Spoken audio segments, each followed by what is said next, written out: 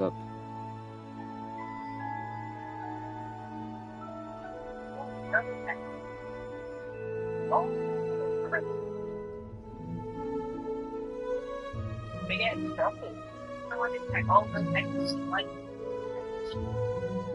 I ordered 3 things. Like, that's good. Okay, let me see, baby. Yeah, oh, wait. I see it. Yeah, let's go. You got it? Yeah. I don't have it on my phone. Oh, you probably need to thingy, baby. Need to what? Oh, yeah.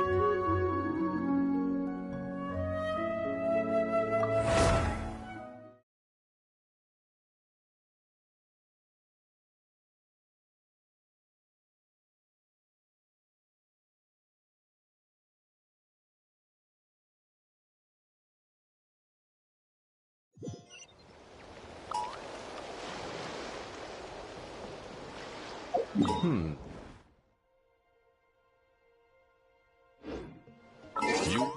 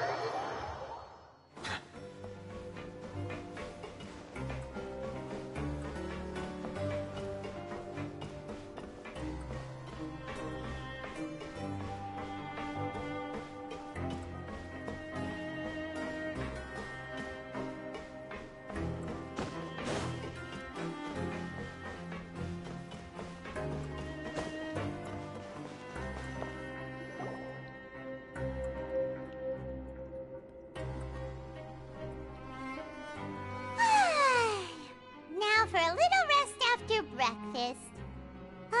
This is the life. Wait a sec. Isn't something important supposed to happen today? Oh, today's our big day! We're supposed to leave the Fortress of Mirapede! Come on, we've got to go complete the release procedures now!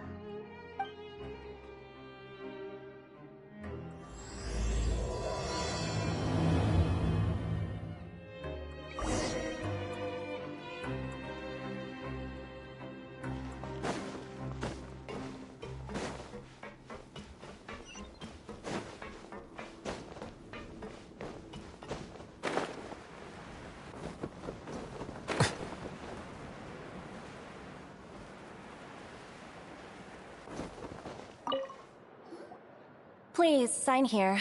This document will be effective immediately upon signing, and due to— It's been so long since we've been to the surface. Let's hurry up and... Huh? What's happening?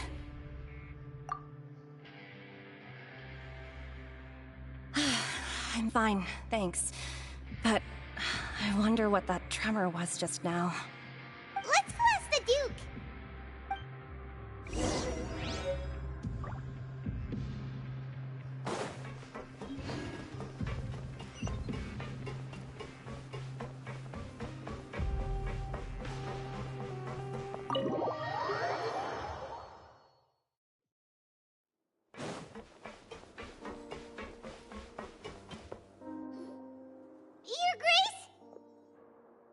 Ah, good to see you two.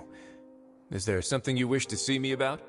Yeah, what was with that earthquake just now? Ah, that. The tremor didn't originate from the seafloor. In fact, it seems it came from the surface. Over the years of serving as the warden here, I have developed a sense for distinguishing between what occurs on the surface and what occurs underwater. Besides, the seal that Monsieur Neuvillette set in place won't fail so easily. So the fortress is okay? If you recall our last incident, if there really were a problem, there would be crowds of inmates in a panic right now. Huh, you've got a point. Okay, seems we need to get back up to the surface and ask about what happened. By the way, do you know what day it is today? I believe today is this month's pipe cleaning day. Wait, seriously? Ah, yes. Have you completed your release papers? Yep. It's you two. Are you leaving now? That's right! Today is our last day in prison! But now that Paimon says that, it doesn't feel like we were confined here. It's actually been— Oh yeah, Paimon feels fond of this place now! Then be sure to come back and visit. I'll miss you. If you've signed the release papers, then you're free to go. The guards will escort you out. You're not going to see us off? I knew you'd ask. All right, sure. Let's go. Well, you actually agreed.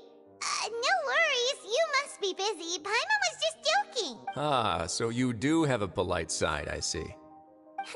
After being down here for so long, I imagine you must feel like you're lacking companionship. Shall I come along too? Yeah, don't worry, we'll come back to see you. Paimon really likes the cafeteria here. The chefs sure do know how to make good grub. I hope you won't be here as convicts the next time I see you. We'll do our best to stay out of trouble.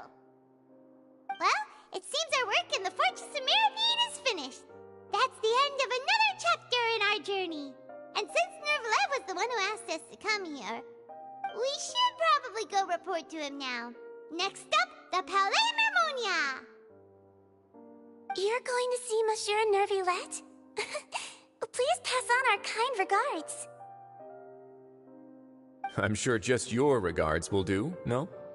I believe it would be the polite thing to do. You're right.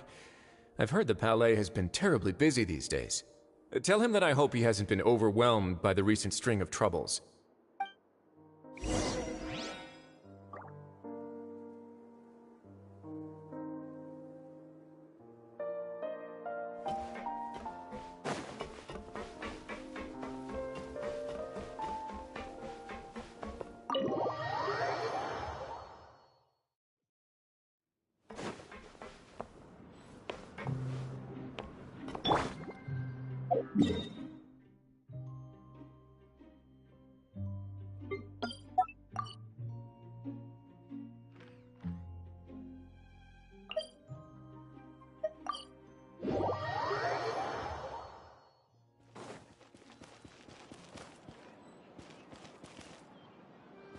Off we go.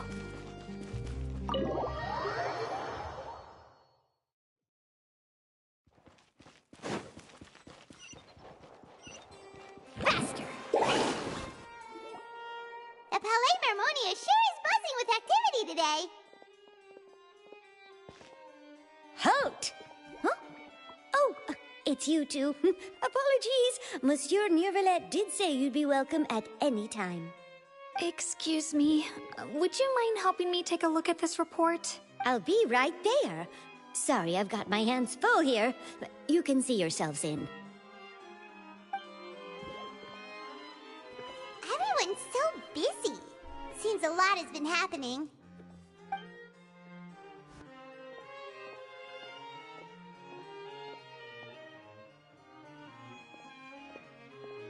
Neuvillette! Hello. You've come at the right time, but you'll have to wait for just a moment, as there are some urgent matters I must tend to first. In the meantime, please, have a seat. If you'd like to have something to drink, let the Melusine outside know. That's all right. We just ate. Very well, then. Let's take a break over there while we wait for him to finish his work.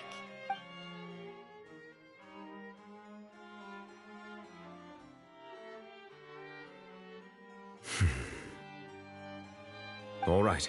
That should wrap things up for now. Are you done with your work? Yes, sorry to keep you waiting. Today should be the day you were released from the Fortress of Meripede, and it appears that you've managed to complete all the release paperwork. That's right, and we came here to see you right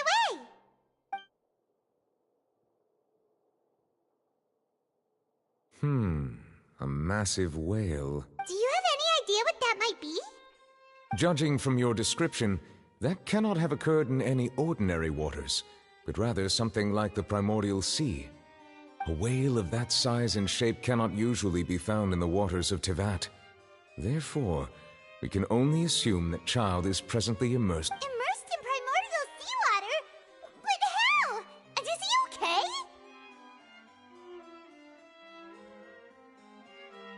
Most people wouldn't be capable of entering in the first place. I'm not completely sure how he could have gotten there myself. Yes? What is it? Ah, right! Paimon felt it too! We asked the Duke and he said it wasn't from underwater, so we figured you might know something about it. It turns out that I have just received a report about this particular matter. In fact, that's exactly what I was busy with a moment ago. The source of the tremor was here on the surface near Poisson. After the shaking stopped, the water levels in the Poisson area rose at an alarming rate. The water levels rose? Oh no! What about all the people there? Fortunately, the water levels only rose for a short period of time and have already returned to normal now.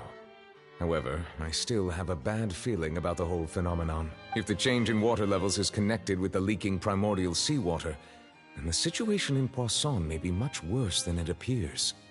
Navia should be in Poisson, right? We need to go check on her! I would also like to go there as soon as possible, but I'm afraid I can't leave just yet. We must immediately formulate disaster prevention plans for the surrounding coastal areas to avoid potential catastrophes. I'll have to ask you two to go to Poisson first. I'll meet you there to check on the situation once I finish things. There's no time to lose! Let's get going! Please be careful.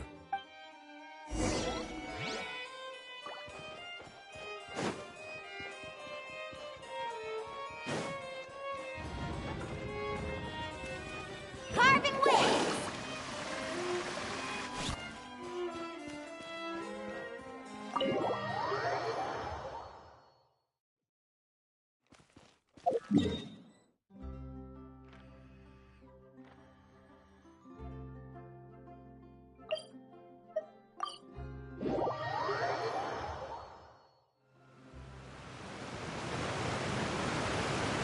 Oh no!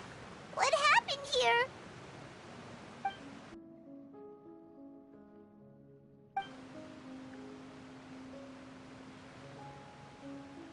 Navia should be around here, right? We need to make sure she's still... Paimon means we need to check on her.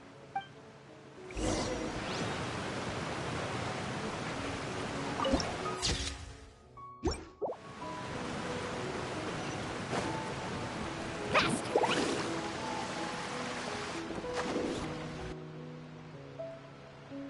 We haven't seen a single soul all the way here. Oh, this is getting scary. What will I ever do now? Look, there's someone on the roof over there. Just stay put. We're coming up. Watch your balance. All right, just hurry.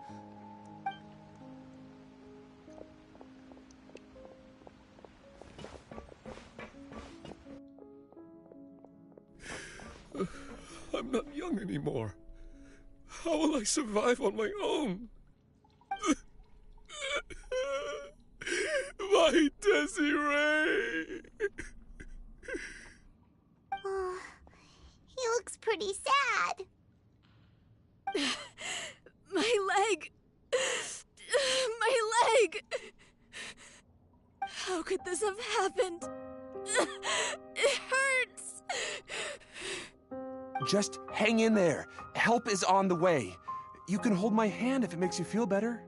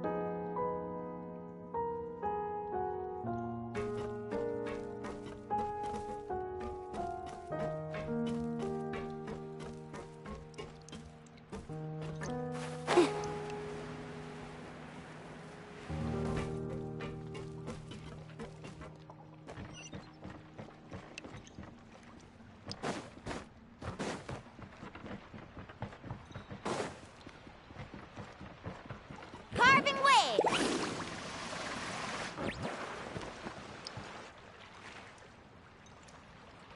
Oh, it's Navia. She's over there. Hey, Navia, are you okay?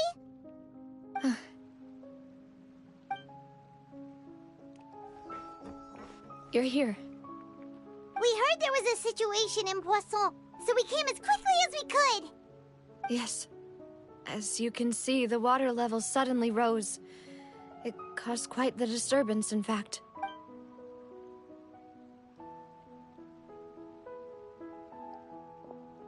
Demoiselle! There was a wounded resident next to a building southeast of here. We've already transported him to safety, but we've run out of medical supplies. He's wounded? How badly? He fell, so it's probably a broken leg. He's pretty shaken up. When the water level rose, he desperately climbed up to the roof. Once the water receded and he saw the ground, he became terrified and eventually... He jumped down then. Find the leader of Squad 1 and tell him to take the wounded resident to see a doctor. He should know where to go. Understood. I'll take over his search and rescue mission in the meantime. All right. You'll be in charge. I'm sorry. Where were we? The situation in Poisson? Right. Allow me to explain. A little earlier, we suddenly heard a loud noise. At first, everyone thought that something might have exploded on an aquabus. But before we knew it, water started pouring out from everywhere. The rushing water seemed a little odd, almost like the unique color of primordial seawater. Some people didn't realize the danger and thought it was just ordinary water, leaking. Everyone on the street who happened to be close to the water didn't have a chance to escape. As the water levels rose, they suddenly disappeared. Those who realized what was happening started to flee in a panic, desperately trying to get to higher ground. Many were injured in the stampede, and some people fell from significant heights. The Spina di Rosula initiated rescue operations as quickly as possible, but there have been a lot of casualties.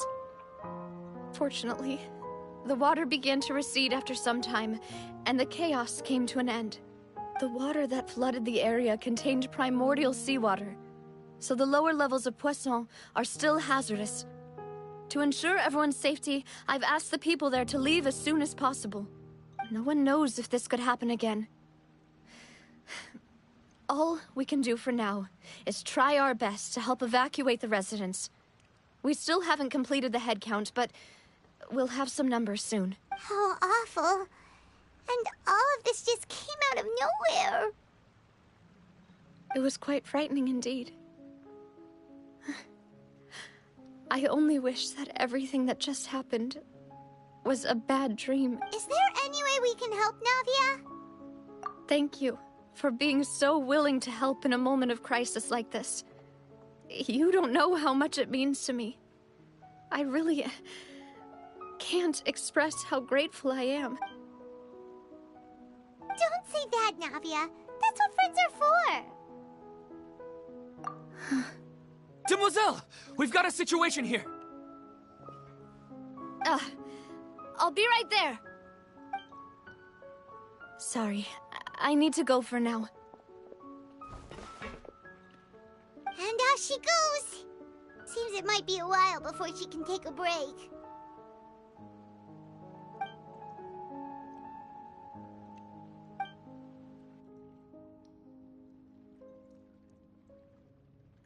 Okay, the wounded are being tended to, and we finished a preliminary head count.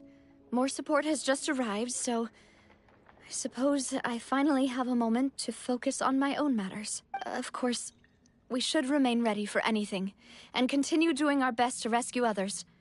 I'll be sure to have everyone at the Spina di Rosula ready to render assistance.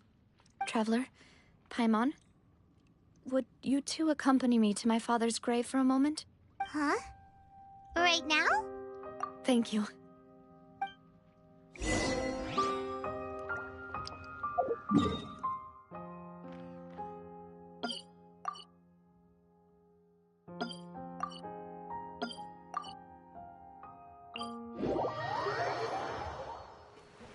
Off we go!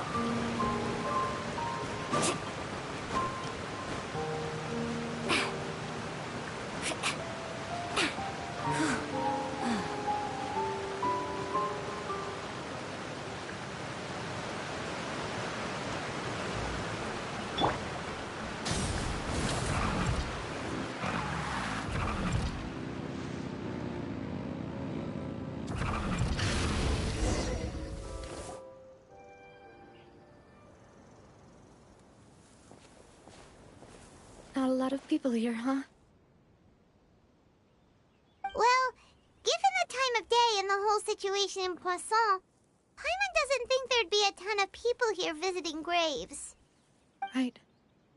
That's how things are now.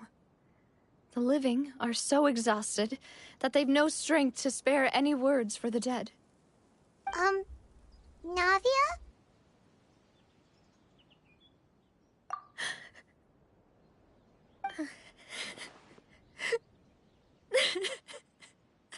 Navia, what's wrong?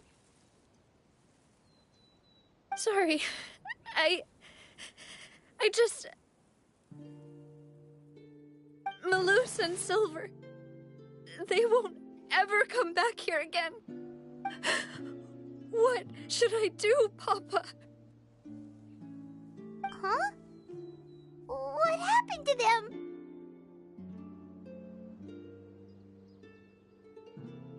Everyone agreed on the rescue plan, but still, I was the one who initiated it. They were helping evacuate the residents, but they couldn't leave in time. And they were caught in the seawater.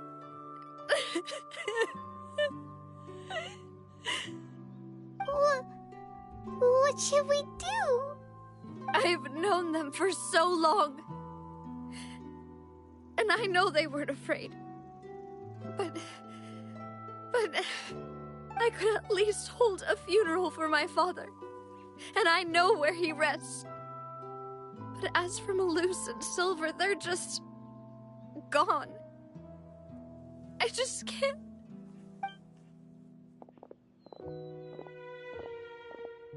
Everything looks so clean after it rains. Even the gravestones. I didn't expect that you'd enjoy a glass of red wine in front of Master Callus's grave. I can understand. Besides, the scenery here isn't half bad. See, it's not just me. I always want to bring something when I visit Papa. Perhaps we might even have a picnic. He wouldn't be angry, would he? How could Master ever be upset with you, Demoiselle? Yet the cemetery is the home of those who have passed, is it not? Everyone ends up here sooner or later, no matter who you are. Buying yourself a plot in advance, are you? No need yet. But when I do, I hope you'll let me be buried beside Master Callus, Demoiselle. Hey, stop joking around. I'm quite serious. That way, it'll save us both the trip to see each other whenever you visit your father's grave. That makes sense. In that case, could I be buried on his other side? After all, besides you, Demoiselle, the two of us could certainly be considered Master's closest companions, no? Personally, I believe we fill those shoes just fine. Why are you bringing this up all of a sudden? Seriously. All right. I'll remember your request. But I'd really prefer not to talk about this stuff. And what do you mean by saving me a trip? I'd make the journey even if I had to visit you two somewhere else. I'd promised to let them rest in peace here. But here I am breaking that promise. I'm sorry for letting you see me in a mess like this.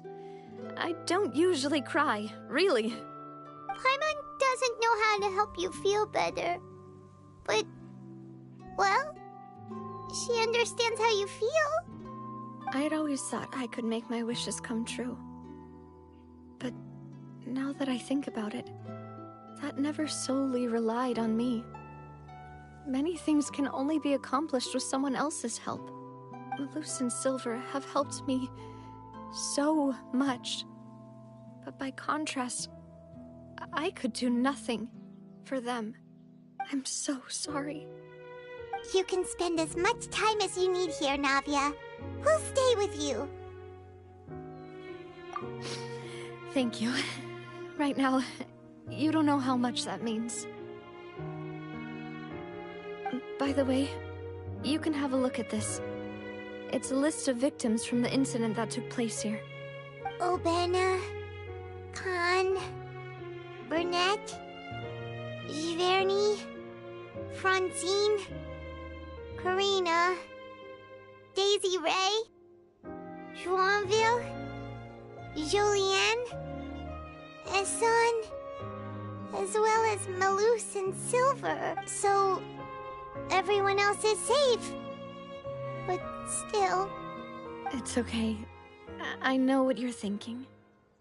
And you're right. We lost Malus and Silver. But we were able to save more than we anticipated. The overall outcome indicates that the cost was worth it. Right! Don't think that way, Navia. One person might be saved at the expense of another, sure, but that isn't something we should ever consider a trade. Malus and Silver were not the price for saving anyone. They're heroes. You're right. Thank you, Paimon. What you said just now was pretty amazing, actually. I'll remember your words. Oh, really? Seems you've become more eloquent in the time since we last met. The knave? What are you doing here? Is everything going well on your side? Yes, my people are carrying out the mission according to your request. All the residents of Poisson have been evacuated, and we're preparing to relocate them to higher ground. As for these supplies, we have everything taken care of. There is no need to worry. Thank you. Wait, do you two know each other? We just met recently. Right, Miss Navia? Usually, I would call this a coincidental encounter. But that doesn't quite fit this time. Besides, it never even crossed my mind that a Fatui Harbinger would come looking for me. Thanks to the Knave, Spina di Rosula received generous support from the Fatui, which allowed us to complete the rescue and evacuation work so quickly. Mutual aid is essential to fostering positive developments. We were already in the area, in any case, so it was nothing. That said, I must say that you're a lot sharper than you let on. I'm sure you understand what I mean. I apologize for all the ways in which I tested you previously. We've never worked with a Fatui before, and it's extremely important for us to know who we're working with. My subordinates have reported that Fatui soldiers have been observing water levels and taking head counts in various locations. I hear that they've also prepared a large amount of emergency supplies. I'm quite surprised. This is nothing to brag about, nor do I intend to. It is simply the way of powerful organizations to act forcefully, whether they are doing good or ill. You've witnessed that firsthand, in any case. As I've told this traveler before, I know of the prophecy, and I intend to prevent the impending disaster. Lending your organization a hand was a natural first step in accomplishing that. As such, do not be troubled by this token of our sincerity. Perhaps one day, you'll also be able to help me in the same way. Without your help, there would have been many more casualties. I won't forget your kindness. Furthermore, I sincerely regret what happened to Malus and Silver. I only wish that my people could have arrived a little earlier to prevent this from happening. Don't say that. You and your subordinates did everything you could. As Paimon said, Malus and Silver didn't choose to sacrifice themselves for any specific person. And they weren't the price paid for other salvation. They chose to become heroes themselves. I've never liked hearing people put it that way. It's like trying to relieve pain by saying some noble-sounding words. But right now, there's nothing more suitable. They really did become heroes. You're right. I'm sorry for your loss, Miss Navia. Water is life to Fontaine's people, and it also spells disaster. It's no wonder that people always say that prophecies represent fate. Fortunately, I've never been one for such opinions. So, you're one who will try to change fate, then? Of course. That is why I'm going to Hotel Bouffe de Thé. I still have some things to take care of, and the children need my attention. By the way, Traveler, Paimon, one more thing. Alright, then we'll just... Huh? This isn't right. Paimon thought you would ask us to walk with you for a moment so you could tell us something in private. That is a clever and useful conversation technique, which I do like to use when necessary. But there's no need today. It would not hurt to have Miss Navia listening in. Traveler, I'm sure you remember that I said we could work together when we had the... You and I both know that there may be issues with the Primordial Sea. Previously, it was the Fortress of Meripede's sluice gate, and this time it was the water levels in Poisson. These are both signals. Indeed. Allow me to share the latest intel I've received from the House of the Hearth's intelligence network with you. During some recent investigations, a child claimed to have discovered some ruins near Poisson. The ruins date back to ancient times, and seem to be worth investigating in many ways. Judging by the dating of the ruins, they may be related to the prophecy and the coming crisis. The situation is becoming more urgent, so any pertinent information will prove extremely precious. My people initially came to prepare for ruin exploration. Unexpectedly, this disaster struck. And at present, we're all busy prioritizing the rescue effort. So that's why the Fatui were already in Poisson. I wanted to take the children along, but unfortunately, Linny, Lynette, and Fremine have all been dispatched to higher ground to assist affected residents. Linny told me that outside of the house, the person they trust most is you. Which is why I want to give you this task. The House of the Hearth's members see each other as family, but Linny, Lynette, and Fremine said that they also see you as such, even though you are not from the house. I'm sure you already understand how earnest they consider their friendship with you to be. Oh, that somehow makes Paimon feel kinda happy. The intel I just shared about the ruins could fetch a high price. But since the children consider you family, it's only natural that I freely share it with you. Got it! So all we gotta do is go to some ruins, right? We can handle that. Excuse me, but may I tag along? You wish to join, Miss Navia? But are you sure you're up to exploring some ruins? You need to rest. Well, I'm sad, yes. But I can't just go back and plop myself into a chair by the roadside and do nothing. There's no point in being depressed while we still have a disaster on our hands. As my father's successor, I must live up to the hopes he had in me. Besides, I'm also doing this for myself. I need something, a distraction, to keep my mind off Malus and Silver. Since you put it that way, I have no objections. What do you say, Traveler? All right? The ruins are to the south of Poisson. Here's the map. Okay, the three of us will handle it. Come on!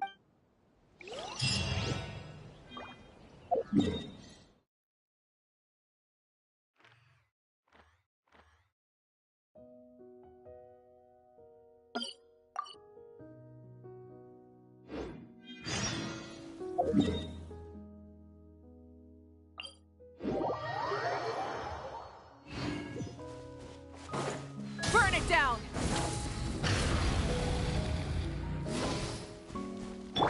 Need a surfboard? Let's ride!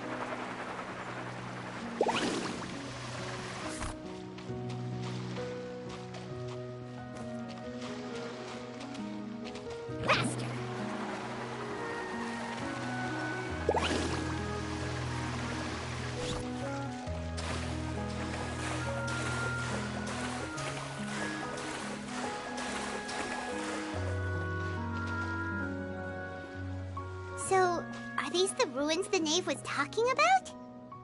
Whoa, talk about old. They seem to be pretty ancient, all right. Let's go in and have a look. Just be careful.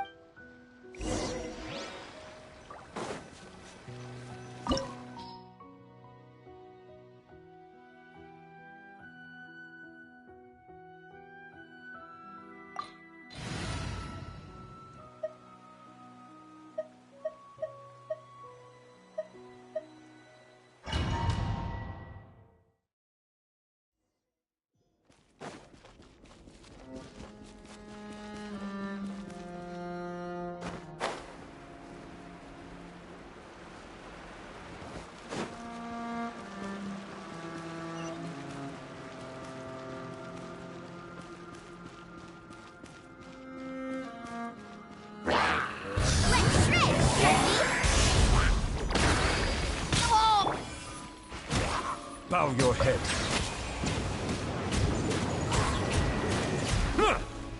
Be sanctified.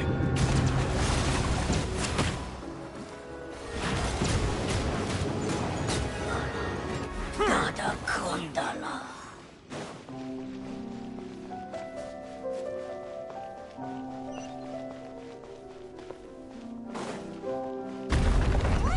The floor here isn't safe.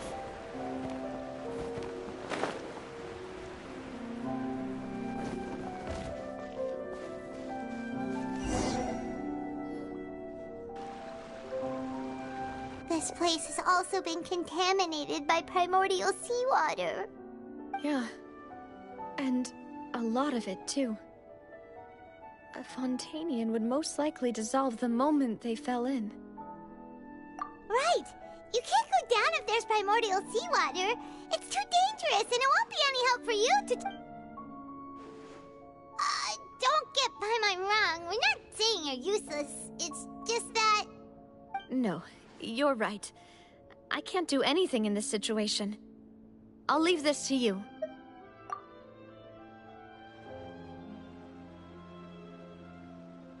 That complicates things. Maybe the only way left is forward. In that case, do you want to wait for us here? The water levels here are unstable, and there's a chance the water will rise. So, staying... I'll go together with you. Perhaps we'll find the exit just up ahead. All right. Come with us for now, then, but please be careful.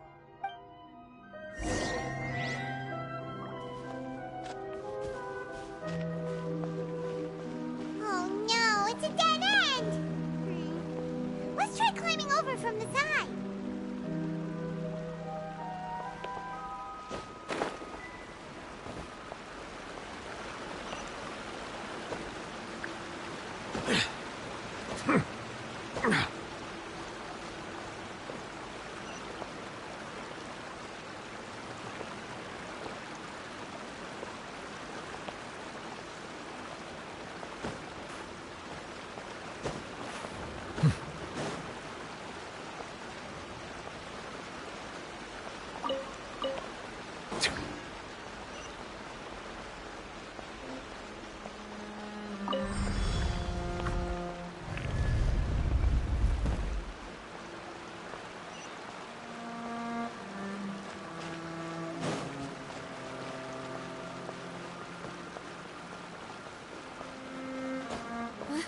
Wait! There's something wrong with this bridge!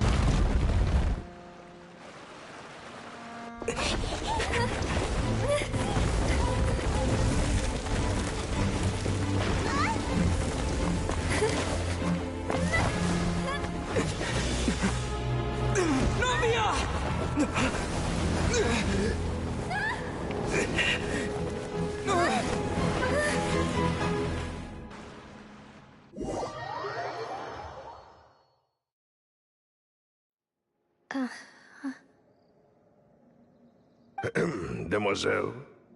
Huh? Demoiselle, what are you doing here by yourself? Would you be standing here till dark if I hadn't come to get you? Maybe she just wants some time to herself, Malus.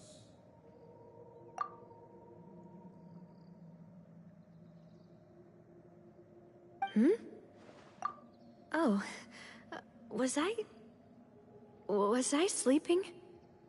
Yes, it would appear so. I must be tired. That's quite possible. However, you were the one that suggested we go out for a walk. Oh, right. I nearly forgot. It must have slipped my mind when I dozed off. I haven't had a nap today yet.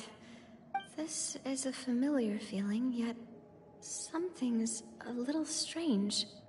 Is something the matter, Demoiselle? Oh, no. No, I was just trying to recall why we came out for a walk. Do you remember Mr. Giverny?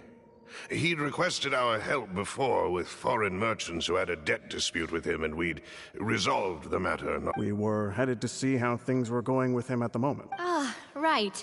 Yes. Oh, Miss Navia.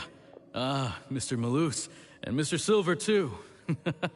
It's good to see all of you. How have you been? I've been great. Thanks to your help, those bothersome merchants finally realized that I wasn't the one they were looking for. Why, I wasn't even the guarantor for that person. They were knocking at my door day and night. Even my neighbor, Obina, was getting fed up with them. Sometimes force is required to calm someone down and get them to listen to what you have to say. That's right. Oh, by the way, Burnett, what was it that you wanted to give to Miss Navia again? Oh, yes. One moment, I have it right here. Miss Navia, these are some flower seeds that I prepared. Please take them. They're a very good variety, and they'll become very big and beautiful once they bloom. I don't know what we would have done without your help, so this is a little token of our appreciation. I hope you won't refuse. Ah, did you cultivate them yourself? Thank you so much. I'll certainly take them. Malus, we do still have some empty flower pots at home, right? Why, we can have as many pots as you'd like, Demoiselle. Perfect. In that case, we'll swap out some of the decorative plants for some of Mrs. Burnett's flowers. Very well. Wait. Something seems to be off here. Excuse me, madam. If I'm not mistaken, your name is Burnett, correct? That's right. Is something wrong? No, it's nothing. This is the first time we've ever met, but your name seemed familiar to me. I must have heard it when I was discussing things with your husband previously. I've heard this name before. Sometime recently, I'm sure of it. And why are there so few people around here? Where did everyone go? We must mind the time, Demoiselle. We still have important things to attend to today. Huh? We do? Like what? Well, now, did you forget? Miss Navia, here you are. I've been looking for you. Please, come to the Opera House. Your trial is about to begin. My trial? Wait, why would I need to go to the Opera House? Yes, she's right, Demoiselle. It's just about time now, so we should get going. Oh? All right then.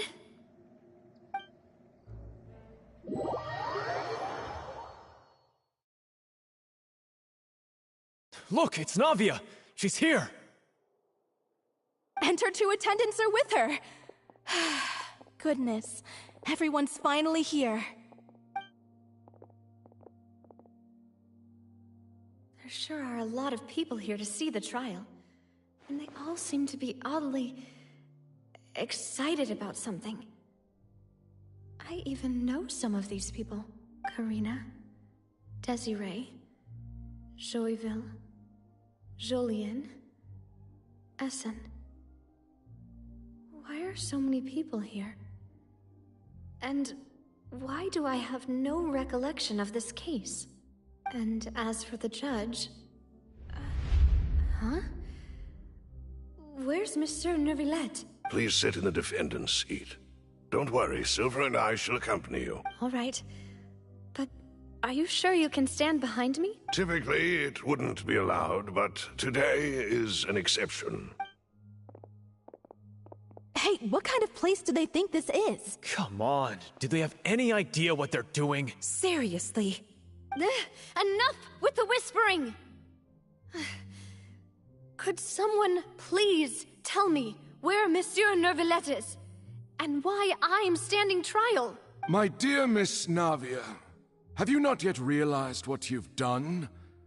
In that case, allow me to explain. As all here know, you are Master Callus's successor, the head of the Spina di Rosula, someone held in high regard by every soul in Poisson. After you took over the Spina, you treated all of us just like the late Master Callus had. If anyone in need reached out to you for help, you responded. Not only you, but your butler, your subordinates, nearly everyone in the Spina di Rosula fought for the well-being of those in Poisson. Wait a moment. Aren't you just proving that I'm a good person? Yes, correct. Absolutely right. And that is why you stand accused. You have helped so many people get through so many difficulties. You are one with us. We are inseparable. We are one big family, all of us who are from Poisson, inextricably linked. And with you being so important, we couldn't possibly do without you. Therefore, this fair and honorable court shall declare you guilty, and you shall stay here. You will be together with us forever. Huh? What are you saying? Everything you have said is correct. I have indeed done a lot for my hometown, and I would be willing to be with you all, but what is the purpose of having me stand here like this? What is there to discuss? Ah, well, if that's what you think, then I have no further comments. How wonderful, Miss Navia!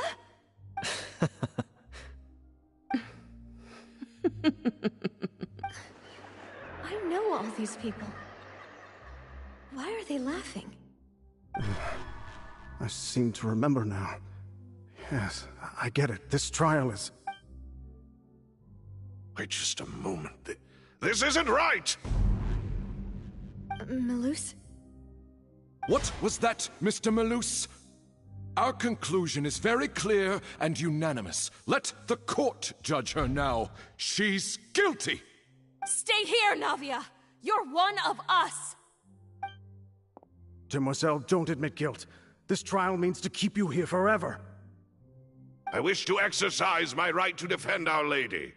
Mr. Joinville, you only know of Navia's goodness, but nothing of her utterly independent mind. She was born a free and independent spirit. She has never been tied down by anything. Indeed, even the death of Master Callus couldn't stop her. Her actions cannot serve as proof that she identifies herself as part of any group.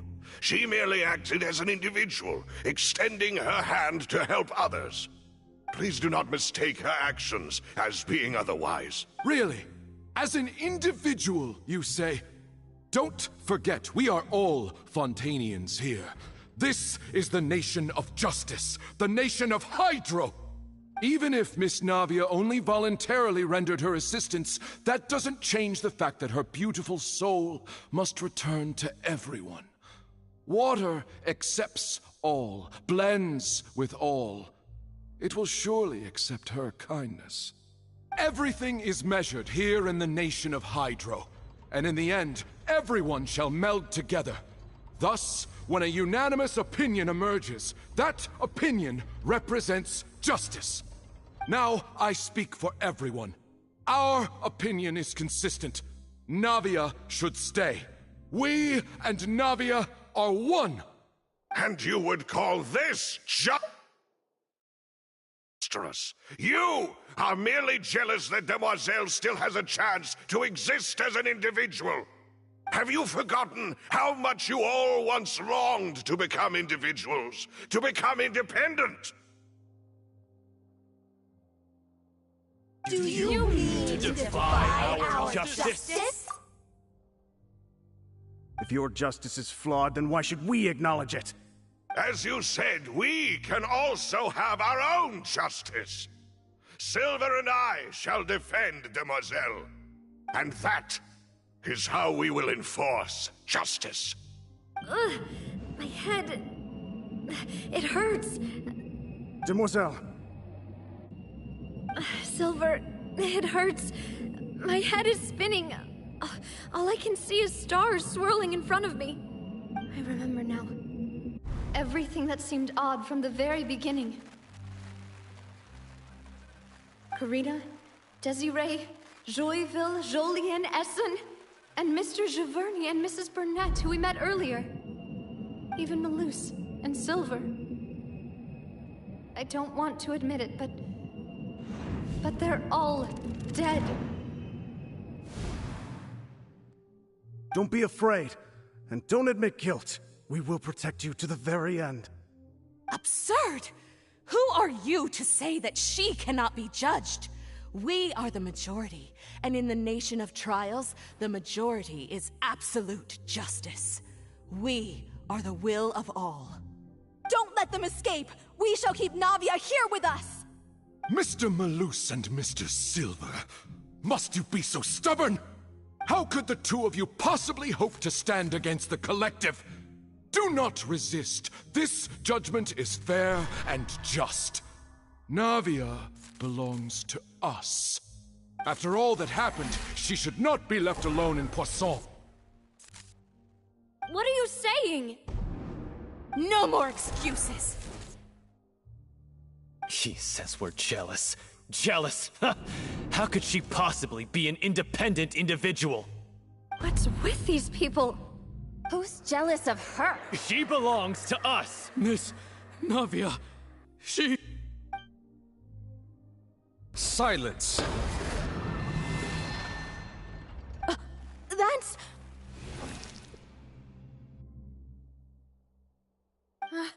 Monsieur Neuvillette! Such commotion is prohibited in the court. The accusations you just presented are nonsense and cannot constitute a proper trial. The court will adjourn for the rest of the day. In this, I shall hear no objections from any unauthorized party.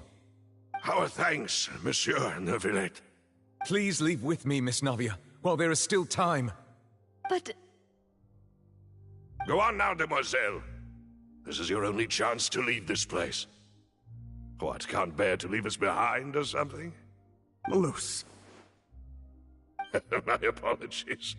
I couldn't resist making one little joke once I realized that this shall be our last goodbye. Malus... Silver... Quickly! You must come now! Goodbye, Demoiselle. Farewell.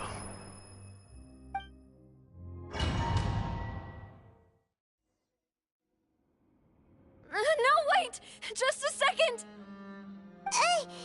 Navia? You're awake. Good. I must have been dreaming. Malus and Silver were still alive, and they were defending me at some insane trial. It looks like you're all right. Did all the sad feelings cause you to have a nightmare? Paimon could give you a hug. The ruins you were exploring suffered a cave-in. When I arrived, I found you falling toward the water. You were just about to be dissolved within, but What is it? I think I saw two Oceanids protecting you. It was only for a moment, perhaps even a fraction of a second, but they gave me the chance to retrieve you. Were it not for their intervention, I would not have been able to rescue you before your consciousness dissipated. Wait, did you say Oceanids? You mean like what happened with Vache? Perhaps those two Oceanids were the people you saw in your dream. I always told them that they didn't have to protect me. To think that they'd keep doing so even after death. Please come with me.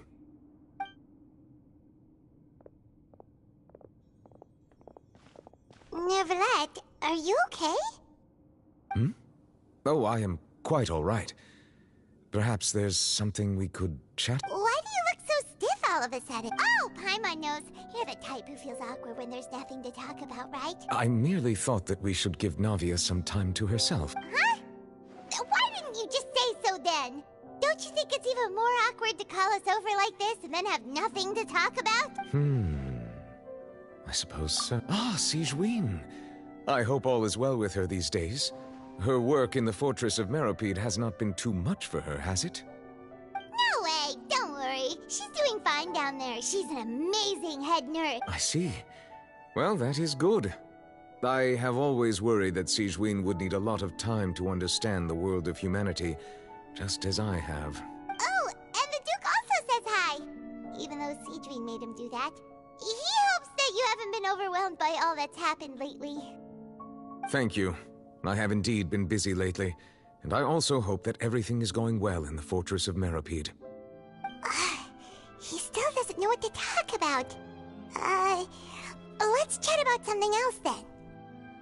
So, Neuvillette, you're probably quite the swimmer, huh? Yes, of course. This isn't going anywhere. Let's try something else. How did you find these ruins? Did the knave tell you? Yes, in fact. I had arranged to meet you in Poisson, but when I arrived, I discovered that the Fatui were helping the residents evacuate. They had even transported a large quantity of supplies to the area. Amid my astonishment, I ran into the knave, and we had a chat. She informed me that she had asked you to investigate the ancient... Yeah, we originally planned to meet up with you, but we thought you might still be busy with all those official documents. We didn't think exploring the ruins would take very long, and who would have thought you'd wrap things up so quickly?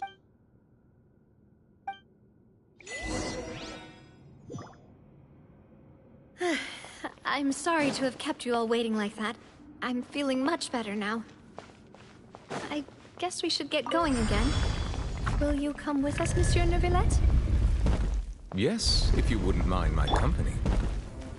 Oh, right! Another one joins the party! Let's get going then! Settle down!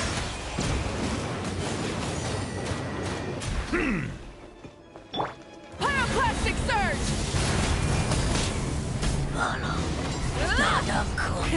Rev the engines!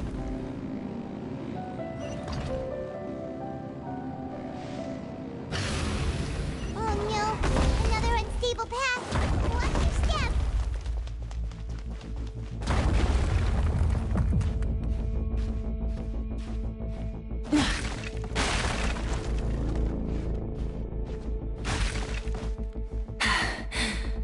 Phew.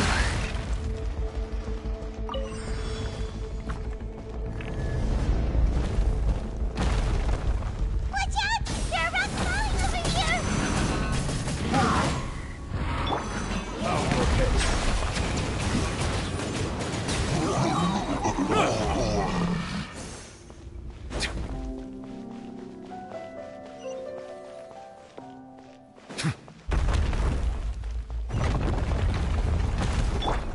Burn it down!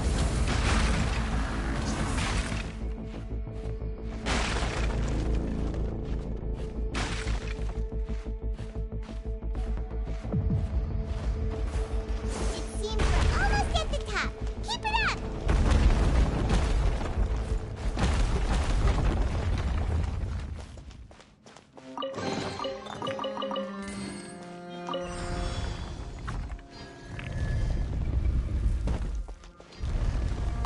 Yeah.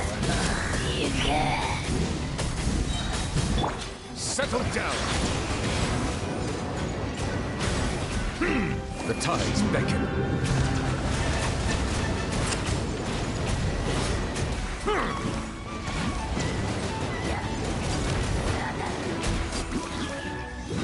Light of the blazing sun!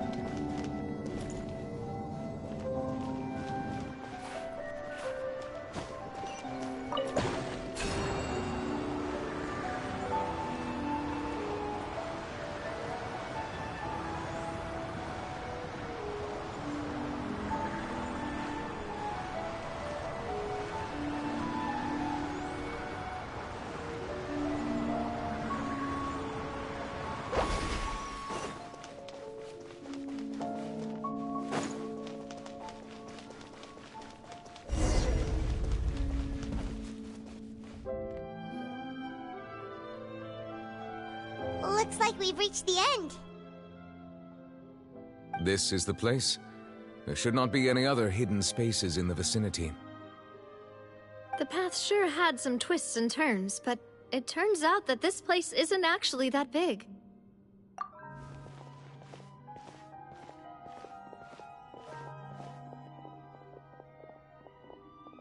Stone slates?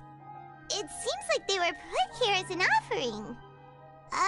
Could we take them down and have a look? Perhaps we should just leave them be for now. There are 4 locations in total, but only 3 stone slates. The slate that should be in the first empty spot is missing. The surrounding walls also show signs of damage. There's something written below. Let Paimon see. Reason dictates that this nation be destroyed. I shall record the history of its future here in its past. It feels like someone left these slates and these words here for a purpose. But does he mean that Fontaine should be destroyed? That would fit the circumstances dictated by the prophecy, yes. Indeed, the slate's contents correspond to it. Take the second slate, for example. There's a person kneeling here. She seems so dedicated. And there's a whole bunch of other people behind her doing the same. She's facing this... what is this? Some kind of island in the sky? And is that Lady Farina in the third image? Did the Hydro Archon fall into the water?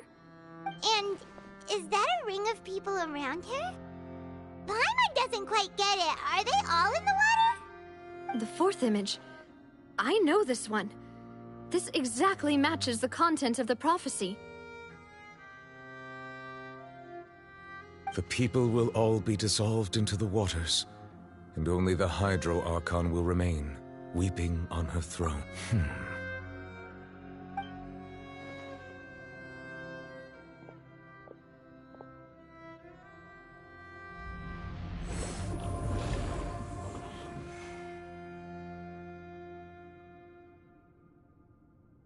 More information should be hidden in these slates, but I fear I cannot easily uncover it, most likely due to us missing the first slate. I am very sorry. Don't blame yourself, Monsieur Neuvillette. Deciphering ancient stone slates isn't one of your duties. Ooh, Paimon's getting the chills just looking at these slates. This says that it's the history of the future, right? That means the prophecy's sure to come true. I really hope it doesn't mean that. Still, Paimon feels like these images are kind of weird when you look at them together.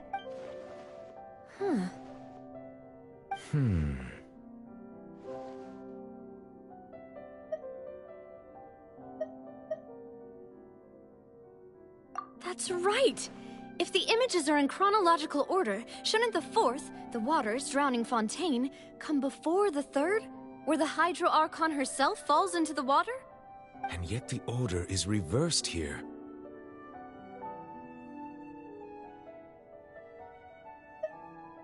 If we go by timing, Lady Farina only emerges in the third image. That means that the person in the second image might be the previous Hydro Archon. Egeria, then. I had never met her, but her appearance here does match the records. The previous Archon kneeling before the floating island in the skies, as if confessing a sin. Did she herself commit that sin? And if not, why would she be in such a posture? Also, I'm still wondering why these ancient stone slates are here at all. Judging from their contents, could this place be the origin of the prophecy? Does that mean that someone, or some people, once saw these slates? But who would have created these slates and left these words here? It seems that any further clues will have to come from Farina. In that case, there's no time to lose. There's nothing else to be gained here, so let's head back first. Yeah, we better get somewhere safe for now.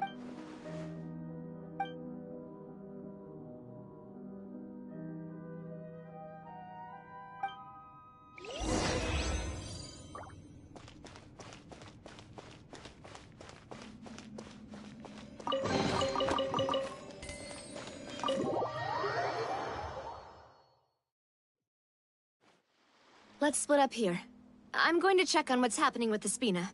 You know how it is. There's some things you just need to be there for yourself. You still have energy for that, Navia? Paimon's already beat! Just head back to the Fluvsandra and have a rest then. Thanks for keeping me company all this time. I'll depart as well. Thanks for your hard work today. Traveler, I will go talk to Farina tomorrow morning to ask about the stone slate. I'm sure that you're concerned about this matter as well. If you have time, drop by my office. I will share the results of our discussion. Are you really gonna talk to her about this directly? Will that be a problem? Paimon's getting a little scared now that it's come to this. She has long been harboring secrets and will not give them up easily, which makes it all the more my duty to ensure that she understands the present situation. Alright, we'll leave it in your hands then. You're probably the best person to talk to her anyway. I will be carefully considering my words tonight. Traveler, Paimon, our safe house at the Fluvsandra is always open to you, as ever. Alright, I'll be on my way then.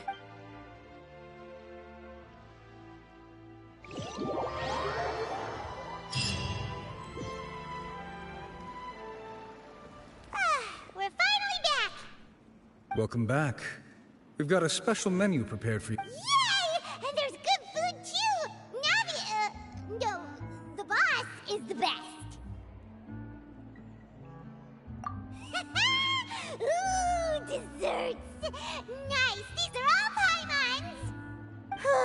Paimon's already starting to forget what happened today. Oh, that voice. Is that who I think it is? Huh? It's you two. What are you doing in Fontaine?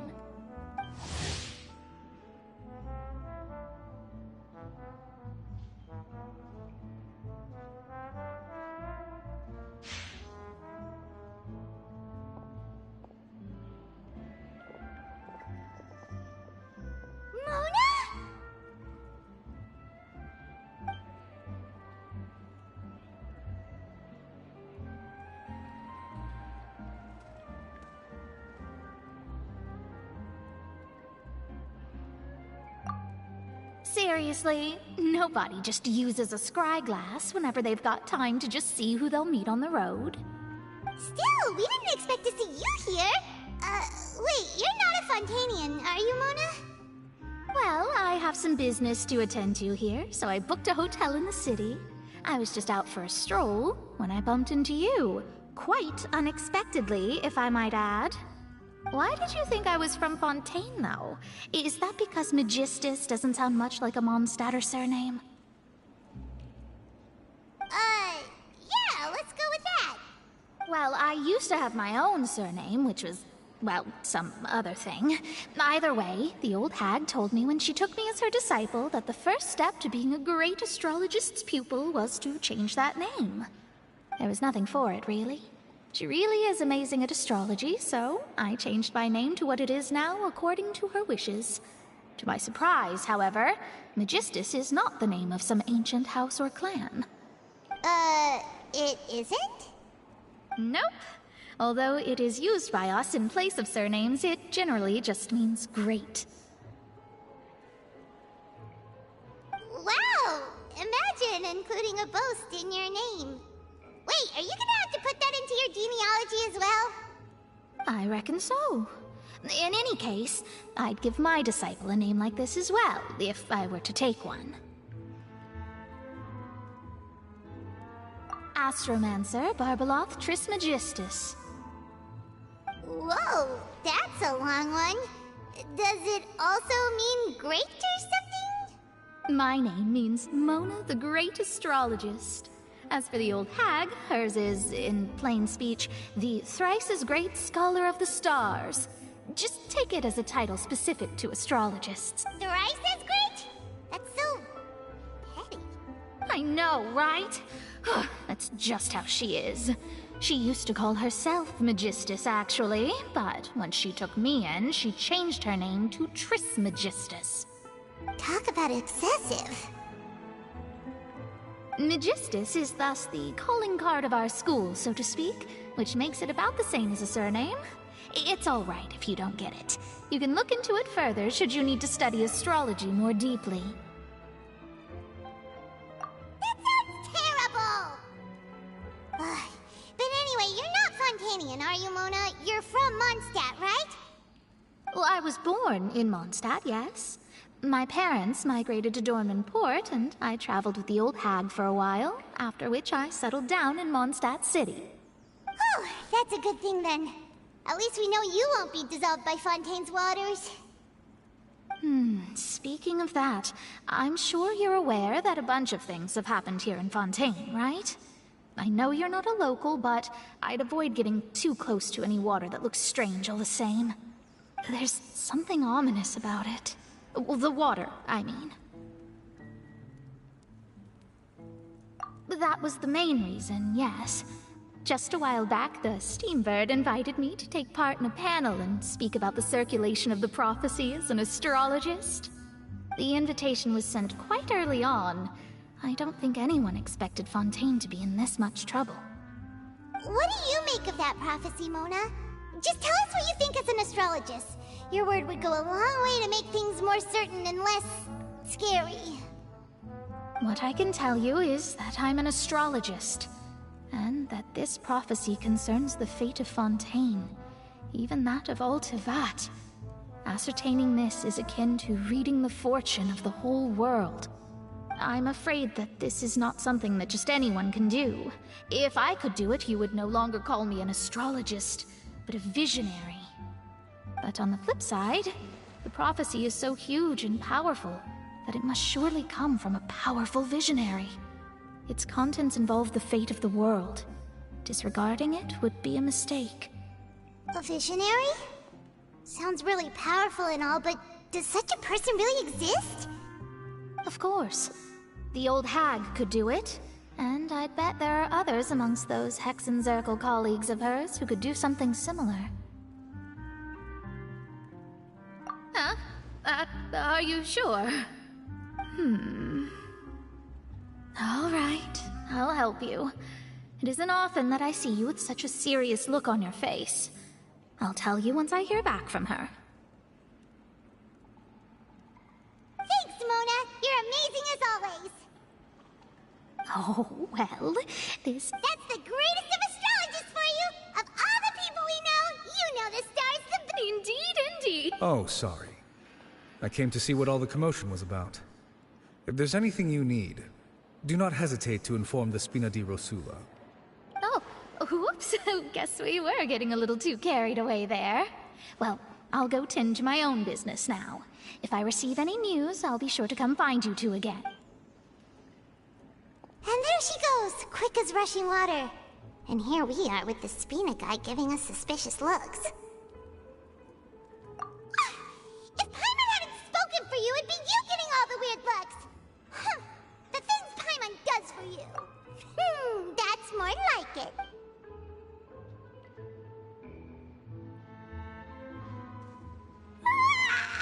Good morning. To be honest, Paimon's still feeling kind of sleepy. But it's time to get up, Traveler. We agreed to go see Neuvillette, so let's pack it up and get going.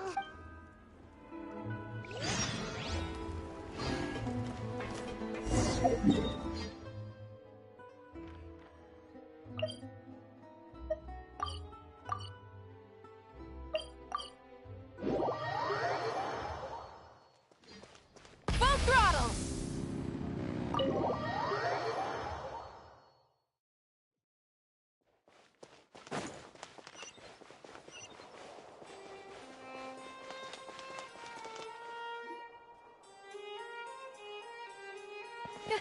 You're here!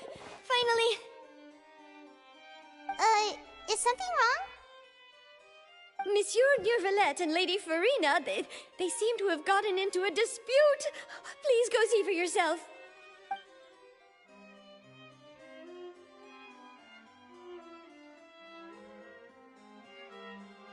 Like I said, I've already explained everything. And yet the problem has not been properly solved. There is little space for excuses between us. It is not my intention to offend you, but please, tell me where you stand. You are the Hydro Archon Focalor, are you not? Look at this. This is a list of the victims from the recent Poisson incident.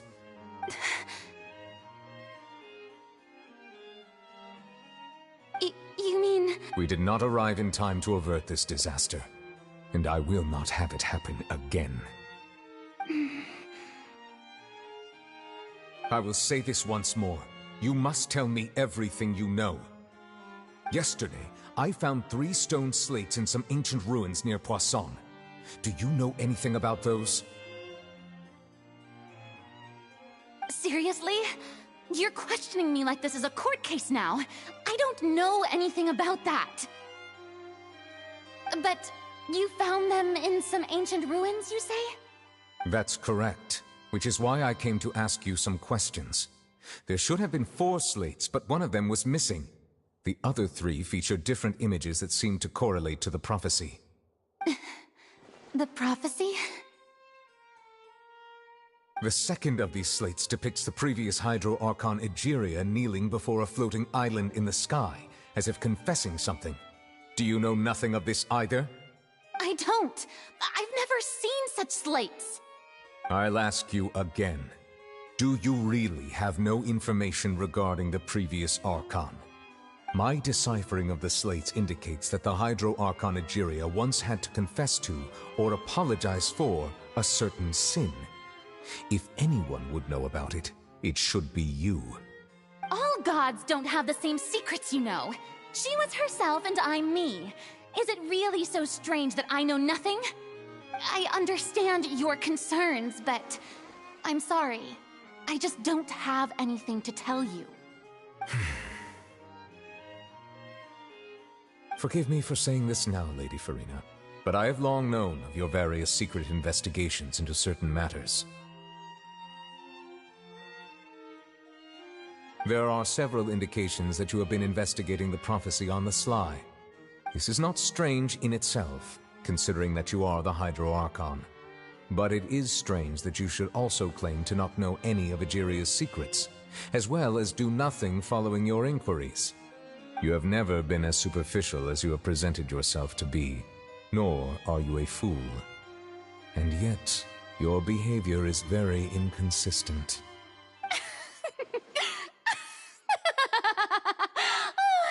So you've been watching me all this time, have you? I didn't think you were that type. You... Well, since you know about my secret investigations, then you should know I'm actually working to take care of it. There's no point questioning or suspecting me. You're the Eudix, but you're still my subordinate. You should be following my lead. Just trust in me, you're Archon, and do as I say. Never mind whether you can truly convince yourself to or not. It'll all turn out fine. That's all I have to say.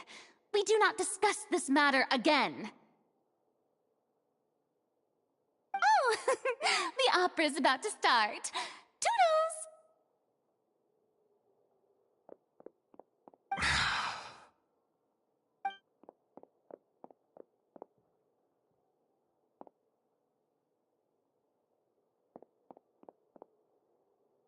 Did Farina not notice us standing by the door?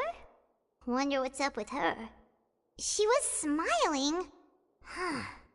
She didn't seem in the mood to care if we were listening in or not. I assume you've been outside for a while now? Oh! You noticed! Seems Farina didn't even realize we were here. She was in a great panic, though I cannot discern the reason. Our discussion reached impasses time and again, a state of affairs that we cannot allow to continue. Still, I do not understand. Dialogue is the basis for understanding, so why did she keep refusing to engage?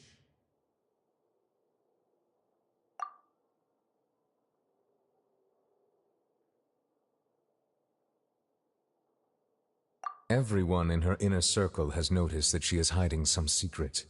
The issue is her attitude. I fear that she will not reveal anything unless absolutely forced to. We may have to create a situation in which she will have no choice but to speak. Oh? Like what?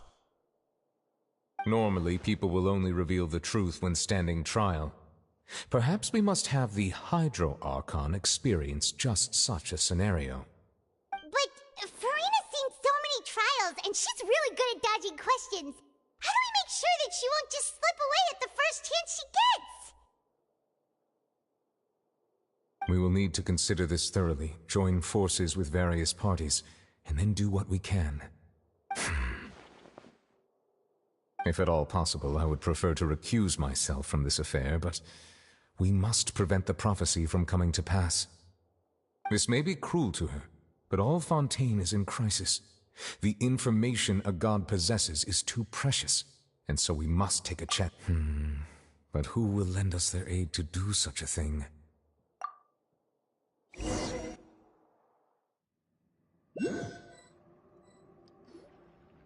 Well, that's everyone, huh? Speaking of which, it was pretty smart of you to think of hiding here. Poisson was just involved in a disaster, so it's presently devoid of people. That naturally makes it the best choice. And here you are drinking tea like it's the most natural thing in the world, huh? That's what family should do. Sit and enjoy a leisurely time together. It's nice to enjoy tea here, you know? Care for a cup? Lend me your ears, everyone. Or perhaps one of you might like to start us off. How about you, friend? Me? No, I don't think I can. Then, how about you, good sir?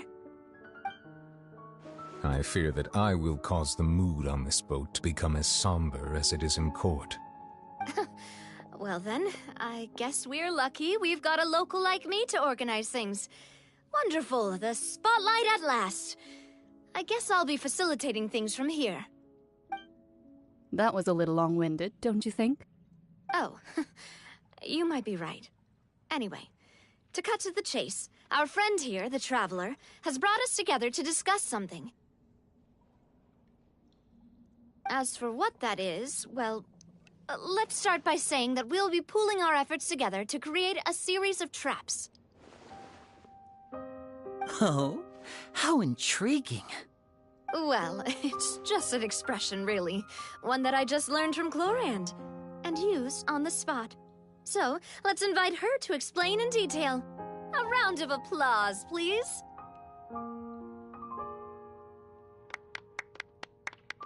Huh? Didn't you say that you would be facilitating this? Oh, come now. Your work doesn't involve much public speaking, right? This is a good chance to practice. You might even pick up some fancy oratory tricks to impress your boss with in the future. I see. And what does my boss say? He is glad that you consider him your boss. Do go on.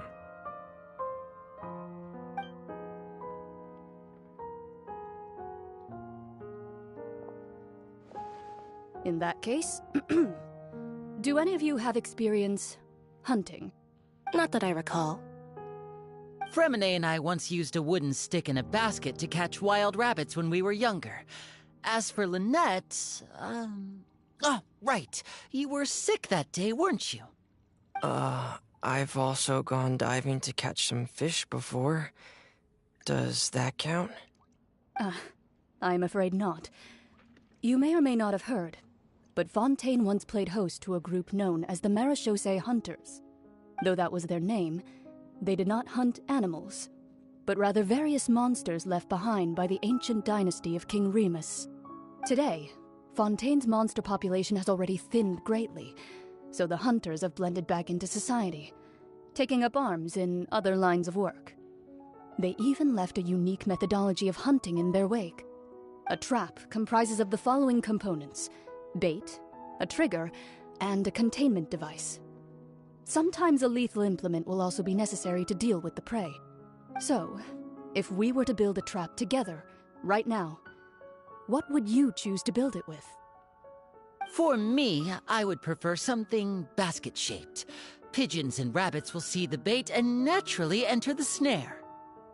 Our line of work requires a deft hand, and we're some of the best in the industry, so you can count on our techniques. You used some of those techniques while moving the people of Poisson, didn't you? My subordinates mentioned that you even performed some magic for the bawling children. Yes, and I even managed to gather some intelligence in the meantime. I'm quite the multitasker if I do say so myself. I'm afraid I can't claim that as my strong suit. I prefer more stable methods, like placing bait in the water and waiting for the fish to come within reach. That's the kind of method I would count on. Calm and steady. Exactly the kind of person who would catch loads of fish. And I can be their assistant. With discretion, I'm sure. I'd probably use some sort of mechanical animal. Papa once bought me some small clockwork squirrels, mice, and such. When placed in the forest, they can attract others of their kind. I remember that you liked those too, didn't you? I did. And that would be a good way to go about it. If they're realistic enough, animals of the same kind will follow them all the way to the trap. What about you, Monsieur Neuvillette? I fear I do not have any related experience. That makes sense. You usually solve problems directly, without the use of any such tricks. But I do have one more question for you, Monsieur. If we were to create a trap now, how would you design it? I would like for it to be effective, but bring no harm to the prey. A more gentle trap would be ideal. Kind, as always.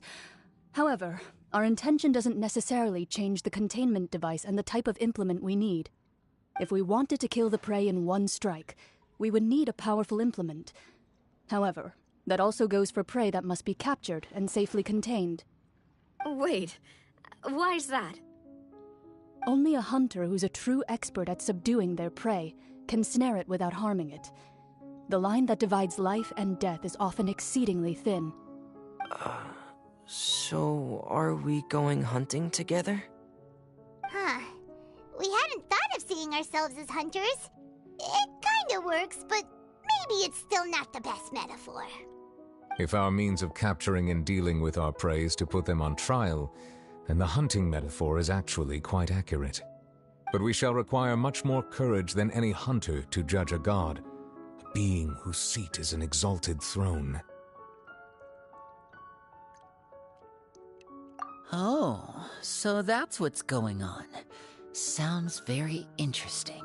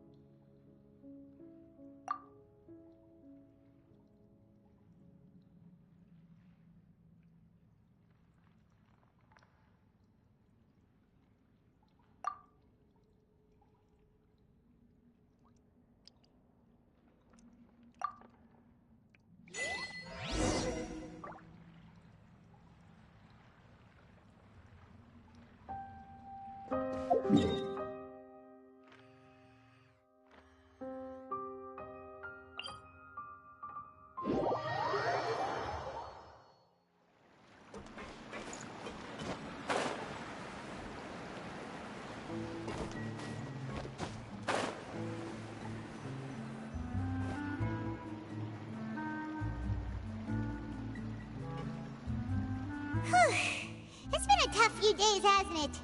So much has been happening. Paimon didn't think the meetings would go on for so long, but everyone seemed pretty fired up, huh? Paimon thought they'd be at least a little frightened. Well, Fremine was, now that Paimon thinks about it, but everyone else just looked a little surprised.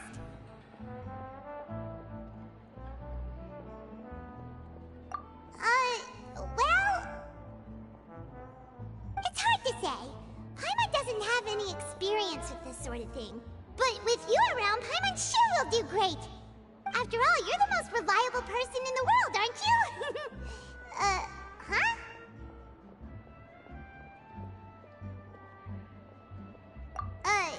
Did you just pour some tea? Paimon didn't notice you doing that at all. Then what's that? Paimon's never seen that cup before! Don't be frightened. I'm just joining you two for tea. I merely refrained from saying anything till now. Who's that voice? But there's no one here! What a strange conclusion. But also such an interesting one. And yet, even you feel confused. As such, I couldn't resist but come by for some tea and a chat. Consider me a passerby, just accepting a commission from my friend's disciple on a whim.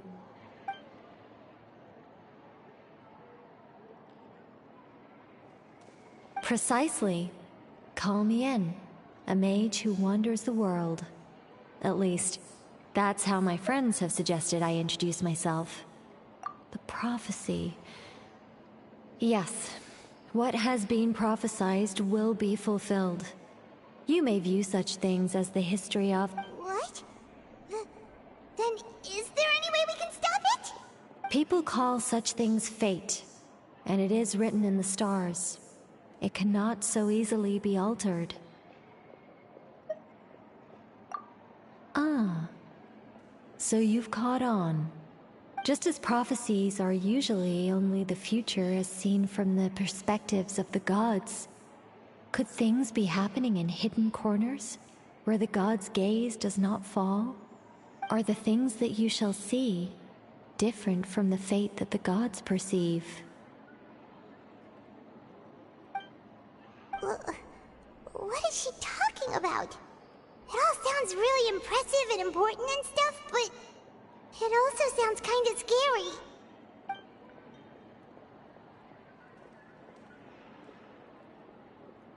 I believe that you understand, right?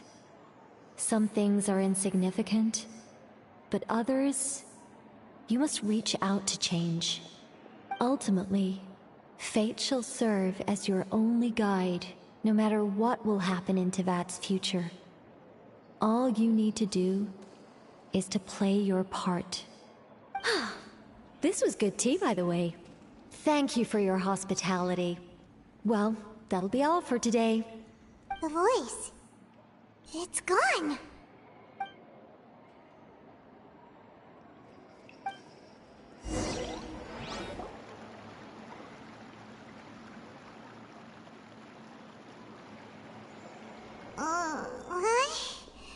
I want to hear someone talk. All right, coming. Hey, it's you who's getting lazy, okay? Well, I see I've walked in on some lively banter. Mona! Fine, just fine. I went to take part in that Steambird panel. It turned out to be more interesting than I expected. Not all Fontanians are pessimistic about this. One journalist mentioned that sitting around and waiting for the end to come would be wrong, and that they should make their own rescue preparations. I agreed, so we had a brief chat with her. Did she have pink hair by any chance? Why, yes, it was Charlotte. I assume you've heard of her, no? That daredevil journalist? I'm in full support of her view. Prophecies are very important, but how can people allow their lives to be commandeered by just a few words? That's right! Paimon's glad to hear something sensible for once. Ah, yes. About what we had discussed before. I did try, but I'm afraid I couldn't reach the old hag. I'll try again tonight, but I wouldn't get your hopes up. Huh?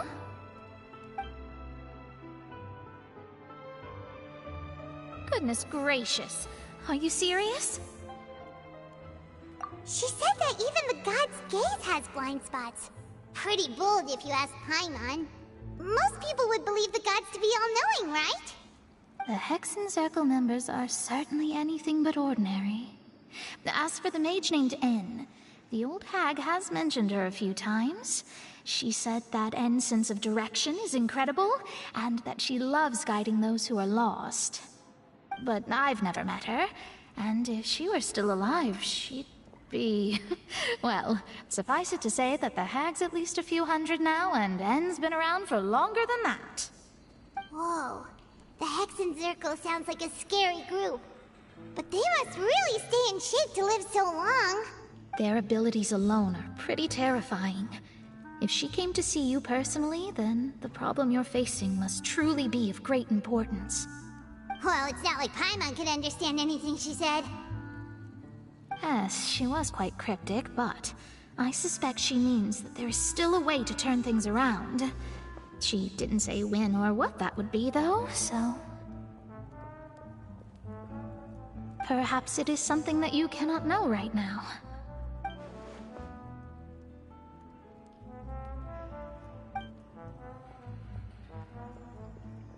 Traveler, Paimon, are you two all right? Oh, we're fine. We're just a little down right now. It kind of feels like the end is coming. I see. I feel that same sense of desperation too. I guess you could consider me someone who has often witnessed fate. So far as I have seen, it cannot be swayed. But even so, I still hope for, and believe in, miracles. Astrology is eternal and rational, but fate may not be. It is cruel, but it can also be beautiful. Perhaps that's what En was trying to tell you.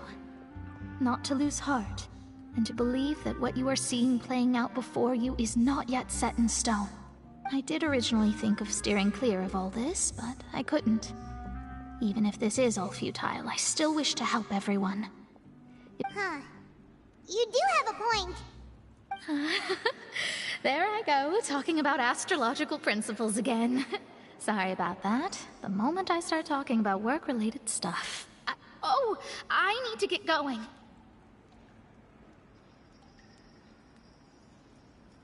It was worth trying to comfort you, even if only a little. I believe that you'll help those who are struggling in the same way I did. I suppose that might be why we always seem to meet by coincidence. Paimon feels kind of moved by what Mona said, but also kind of sad too. Hey, Traveler, Paimon suddenly feels like going outside for a walk. Let's go. Let's walk around the city, shall we? There's a few spots we always like to walk by.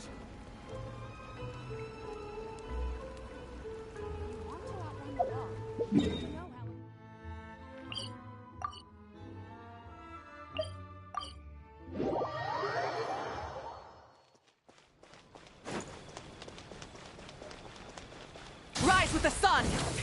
Rev the engines!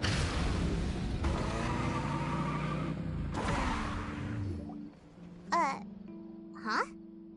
Our names are written in this newspaper. What's going on? Let Paimon see! The underwater stronghold, the Fortress of Meripede, has continued in its noble autonomy, but that does not mean that others cannot interact with it. My recent attempts to enter the fortress bore little fruit. Huh. Guess Charlotte still hasn't given up on that. Thus, did an Outlander friend become the focus of this report, a blonde adventurer with their white fairy legends trailing in their wake. It is said that this mysterious traveler once visited the underwater fortress. So while the fortress's interior remains a mystery behind closed doors, do not fear, for the tales of the traveler contain surprises in spades. Journalist Charlotte's biggest scoop yet, the Traveler's Trail, World Walker. Huh. Charlotte took so many awesome photos of us and we never even noticed her!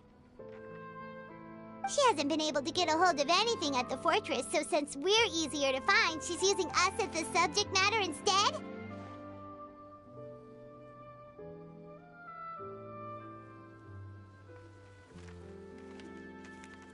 Ugh, seriously?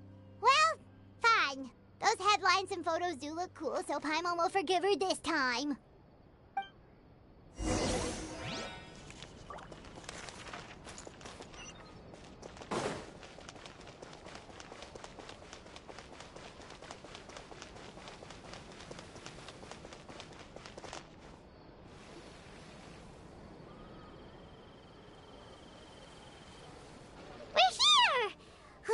Paimon's hungry.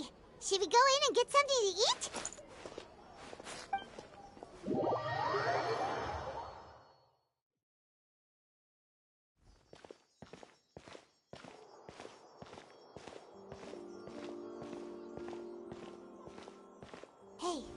Quick! Look! That's the limited edition only 16 slices a day cake!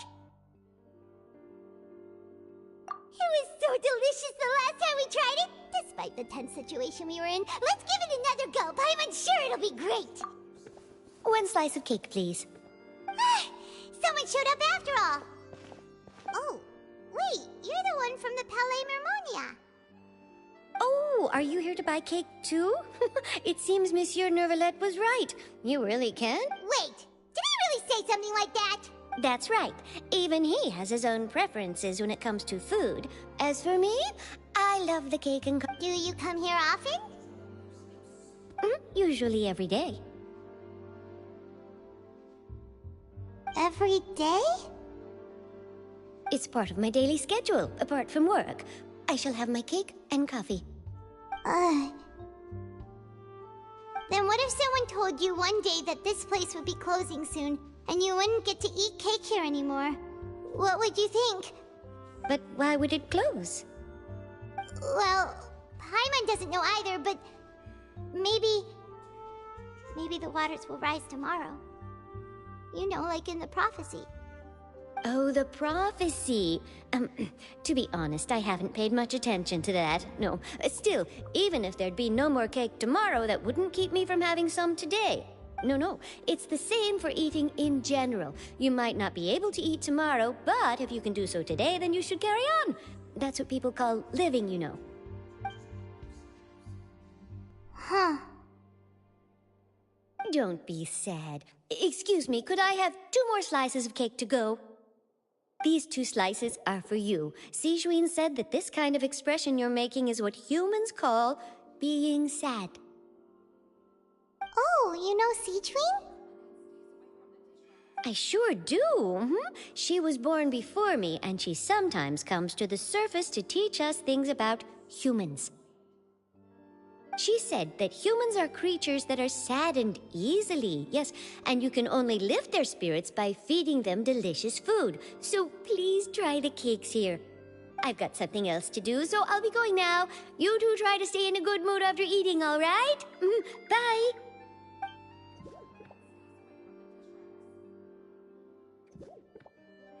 And there she goes! Alright, let's dig in. I'm unsure this cake will be delicious.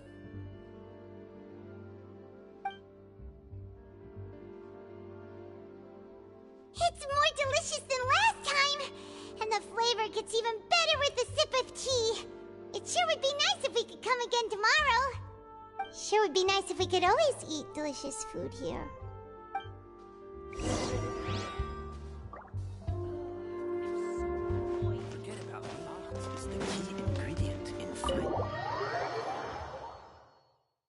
Oh!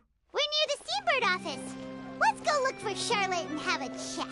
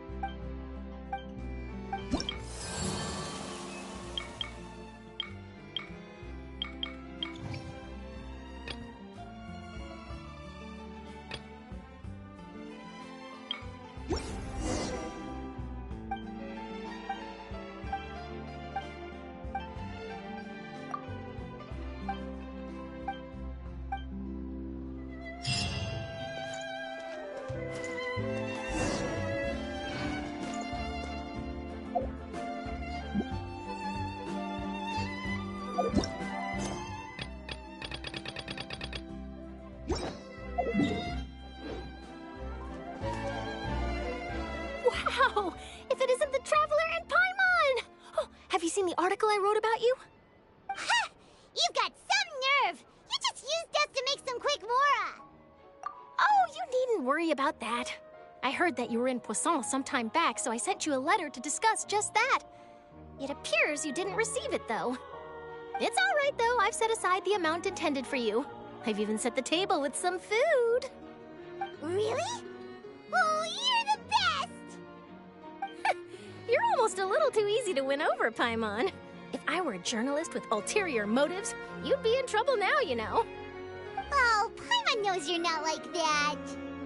Still, what brings you here all of a sudden? Were you looking for me? A friend of ours met you a while back, and when she mentioned it, we thought of coming to see you. Her name's Mona. Ah, so you know Miss Mona as well. She's a guest columnist for our paper. Really good one, too. She's so young and already such a brilliant astrologist. So she mentioned me? What did she say? She said that you're a real daredevil of a journalist. Nice. In which case, can this daredevil journalist dare to request an exclusive interview with the legendary Traveler and Paimon? Huh? So your article in the paper today doesn't count? Oh, of course it doesn't. That was more like live photography. What I'd like to do is dive deeper and ask you to talk about the things you've seen and experienced. Yeah, are we even qualified enough? Why not? If I say you're worth an interview, then you're worth it. But not right now, of course. I'll need a few days to prepare. Oh, in that case, we'll just chat when you have the time then? Oh, so that's a yes? Ooh, splendid! I'll tell the editor-in-chief immediately. I'll have to apply for lighting, a venue. Whew, so much to get done now. Talk to you later. Wait, Charlotte, Paimon's still got a question for you. And what's that? If, just for example, Fontaine were to be flooded tomorrow, what would you do today? Huh, that's the prophecy you're talking about, isn't it? I mean, I do hear about it often, but I've never once thought that the day could be tomorrow. If you're seriously asking, then I might try and think of a way to leave Fontaine. Oh, but I'm still a journalist first and foremost. That means I have a duty to be reporting from the scene. And secondly, I wouldn't forsake my homeland that easily. From what I've seen, most people don't know what they'd do should the worst come to pass. In truth, it might be better just to behave like normal rather than worry over such an end. So in all likelihood, I'd probably still be prepping at the office for that interview of ours. I know what you're thinking.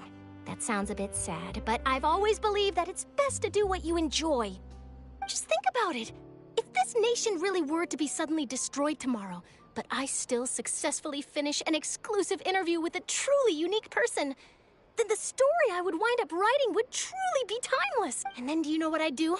Well, I'd write that story, send it for printing, and use messenger pigeons to get copies out to the various nations as soon as possible. I'm not a dreamer, nor am I a workaholic, but I do love my job, and I'd be proud of leaving such an article behind. I guess you could say that I was born to be a journalist. But anyway, that's my answer. And on that note, I'll get back to my preparations. That's so nice. All of a sudden, Paimon actually kinda envies her. Anyway, let's go and take a look at the sea, shall we?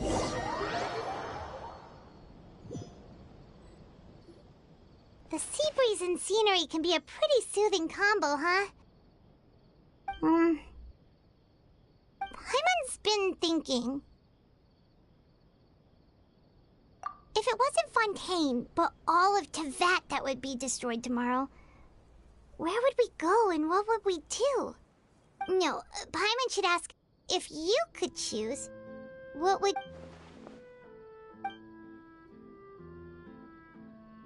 We've always been moving to the next destination, so we haven't spent much time thinking about these kinds of things.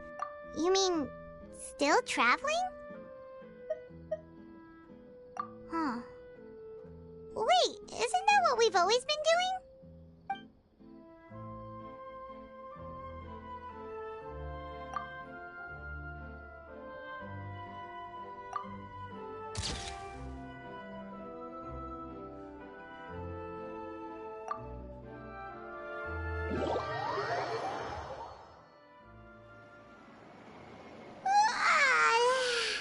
Feels like you'll grow mold if you stay here long enough. But it's still better than the Fortress of Mirapede, that's for sure. It's not only damp there, but salty too. Ah, so the two of you are still here. Wonderful. Oh, you're from the Palais Mermonia, aren't you? Yes, I'm Isadora. Monsieur Nervillet sent me to look for you two before. I heard that afterward you went to the Fortress of Meropide. Not at all. I'm well aware that you're friends of his. Actually, I'm here to pass along a message from him. Yes, inside the Opera House. The Maréchaussée Phantom has declared the incident a small-scale riot. A riot? Well, that said, I don't personally think it was that serious. Lady Farina was watching a performance at the Opera House, and while she was resting during an intermission, some other audience members suddenly started harassing her, loudly accusing her of doing nothing about the prophecy crisis. And before she could respond, others started to join in. The crowd continued to grow, and protests against the Hydro Archon started to break out. So people have started to put the blame on Farina. Guess they finally found an outlet for the pressure they've been under due to the prophecy. I agree. People will naturally rely on gods, as is customary. But the moment people feel threatened, gods are also the first to be blamed. So what happened after that? Is Farina okay? Seeing that the situation was spiraling out of control and that further argument was pointless, she claimed that she'd gotten tired of this and left in a hurry. The Maréchaussée Phantom had their hands full maintaining order and did not catch where Lady Farina had gone. Only when things had stabilized did we realize that she had gone missing. So, you mean she's still missing? That's right. The Maréchaussée has dispatched many people to search for her, but we don't have any leads yet. That said, I don't think there's much to worry about. She is a god after all. Even if she were to fall into the hands of rioters, what could ordinary people do to her?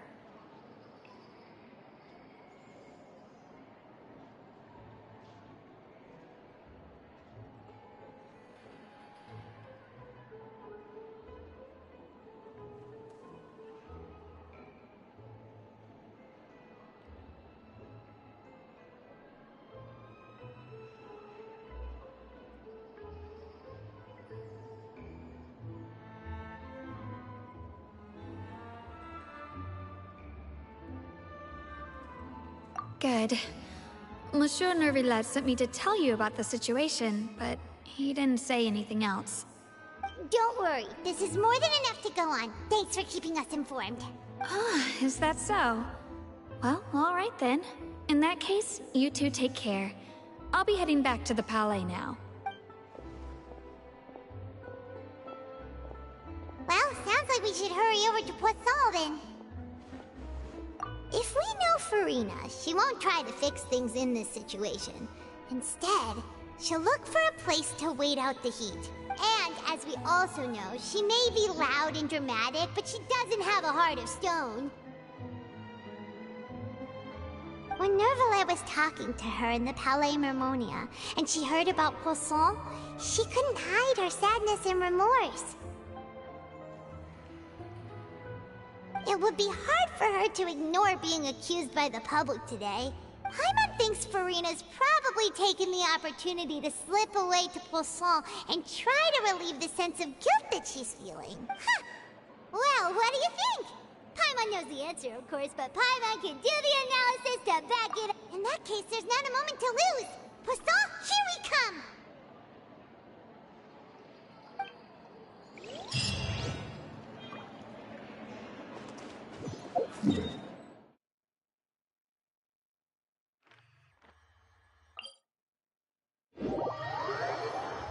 This place looks deserted. Guess all the survivors must have evacuated already. All that's left here are signs of devastation. Could Farina really be here? Let's try to find her as soon as possible.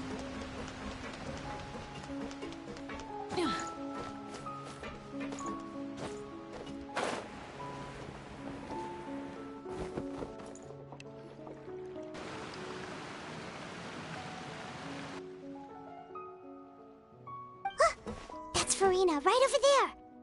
She really is here all on her own.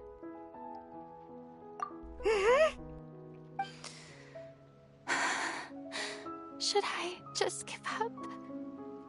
What was meant to happen did happen after all. Everyone's dead. I'm sorry. I'm so sorry. Give up, Farina. There's no point in holding out. I'm sorry. But what can I even do other than to repeat meaningless apologies over and over?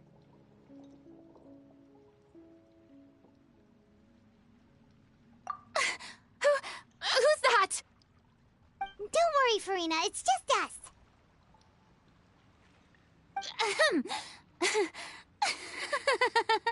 So it is you, blonde traveler from another land.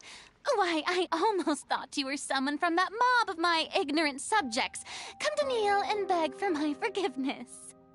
Farina, you were crying just now, weren't you? The tear stains on your face are obvious. What do you mean, tear stains? Oh, I remember. The show at the Opera House earlier this morning was so moving. I'm still trying to process it. Who did that uncivilized rabble think they were, disturbing my enjoyment of the arts? They even dare to tout their Archon. I must teach them a lesson. I can just imagine their twisted and frustrated faces once they realize that I'm nowhere to be found. Oh, and I'm sure Nouvellette and those people from the Maréchaussée Phantom are freaking out right next to them, too.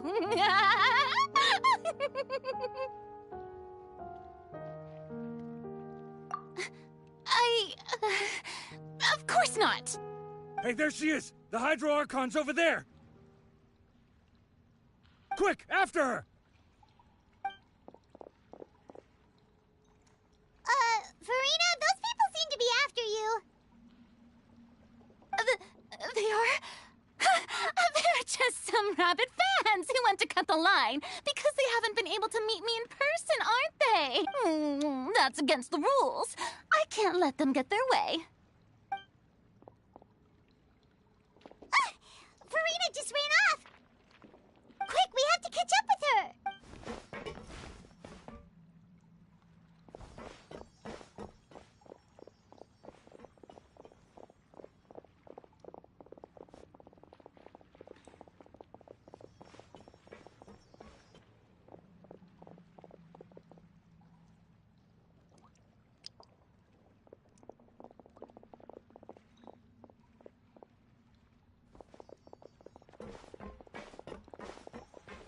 This should be the place, right? Hey, Farina! There's a good hiding spot over here. Quick, come to Paimon before the rest of them catch up to you. What? What is this place? Hurry, they're almost here! Fine, fine. I suppose haste is warranted. Lead the way.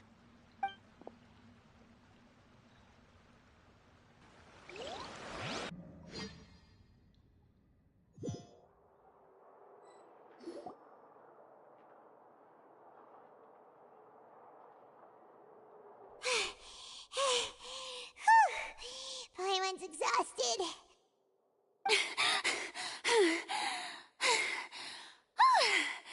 I'm so tired.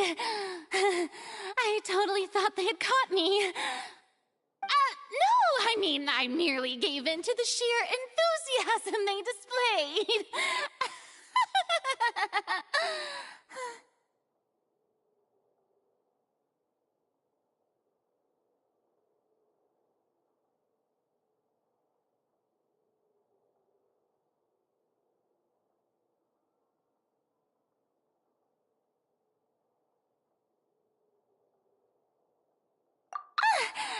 You're right.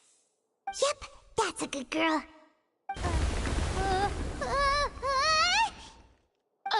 What's happening? The ground's shaking. Is it an earthquake? Yeah, a quake of this kind preceded the flooding in Poisson, didn't it? It can't be. It's happening again. Well, there's no need to worry too much about that. Neverlette's made some emergency plans, so the evacuation should go a lot smoother this time. Yeah, I hope you're right.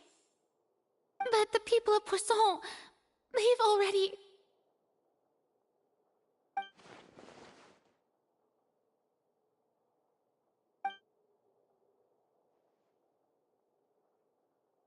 It's true. I've been investigating the prophecy for hundreds of years. I once had informants all over Tevat, searching for clues and feeding information back to me. I've tried all kinds of ways, too, to hold back the sea. Anything to keep the coastline from advancing. But all my efforts proved to be futile in the end. Really, the truth has been clear to me for a very long time. We cannot make an enemy of the divine. No matter what we do, the will of the heavenly principles will have its way, and the prophecy shall be fulfilled. Give up. I do love the sound of that phrase. It would mean finally coming to terms with fate, but also for me to finally be free. Indeed, I've thought about giving up so many times. Especially after we almost lost Poisson. Fate is really unreasonable, isn't it? It has no heart and obeys no rules. The prophecy has only just started to come true, and so many people have already lost their lives.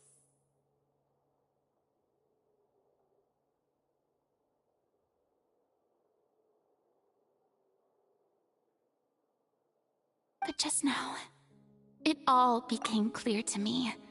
I still don't have the right to come to terms with fate on behalf of everyone else.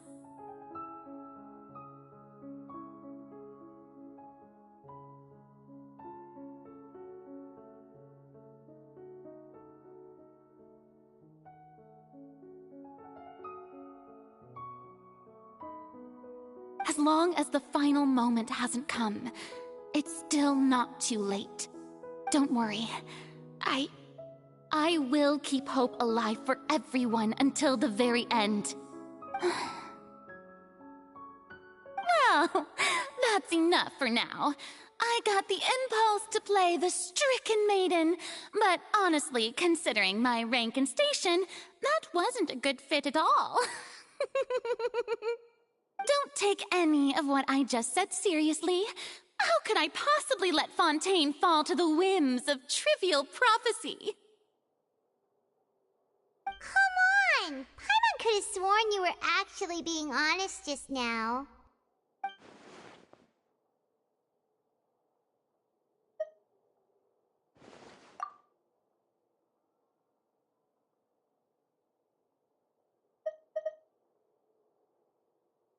Share my burden. That's impossible. It was fated right from the start that this would be my duty alone.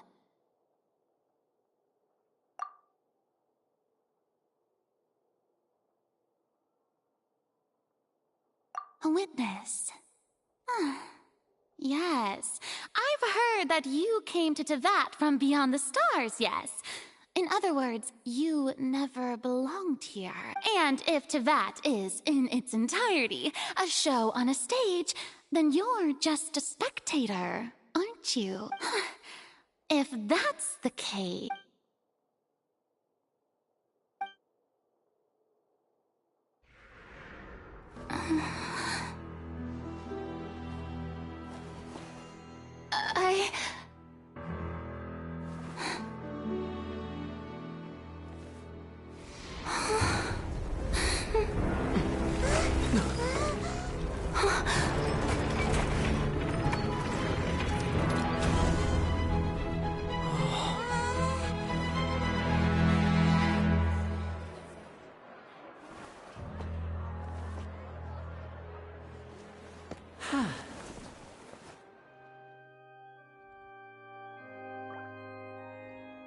Ladies and gentlemen, this concludes my opening performance. Now, without further ado, we may proceed to the trial of our god. So this is what it is. Yes, you deserve praise for the effort you took to raise the dramatic stakes. Do not forget, however, that I am Focalor, the god of justice, the embodiment of justice itself. Does it not strike you as even the least bit absurd to bring the very concept of justice to trial? May I interpret these words as your refusal to stand trial? In that case, you will have the opportunity to defend your honor through a duel. You would draw your blade against a god? I see. It seems like you have made up your mind.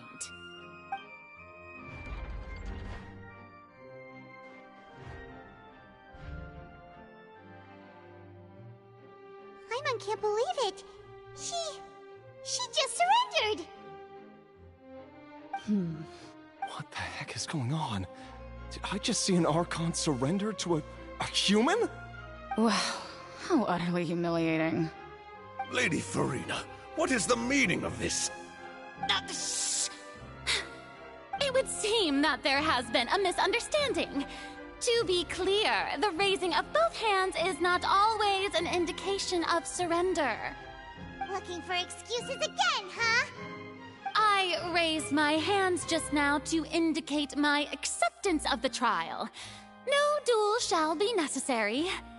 I will admit that I've been running away for a long time. I'm sorry, everyone. I was unable to protect the people of Poisson. It is my duty to stand trial for my crimes. You are not the only ones to be disappointed in me. I, too, am exceedingly disappointed in myself. But now, it is time for the Hydro Archon to show you her courage and resolve. I, Farina, will use this trial to show the world the true meaning of justice! This time, I will protect you. Applaud and rejoice. One of the most outrageous and fantastical arcs known to the opera epiclese is now unfolding before your eyes. Mark my words, this shall be one of the most exhilarating and brilliant shows ever to grace the stage of Fontaine. The trial of the Hydro Archon, Focalor, will now begin! Woohoo! Oh, now we're making history! Why does it feel like Farina just took over the whole thing? Like, come on! Didn't she just get forced to stand trial for her crimes? Also, even though she's still acting super dramatic, she is taking this seriously this time, right? All right, then. Who will be my opponent in this trial? The court asks the prosecutor to please take the stand. Is that so? Very well. Then please speak, witness of Tivat, my accuser and fated opponent.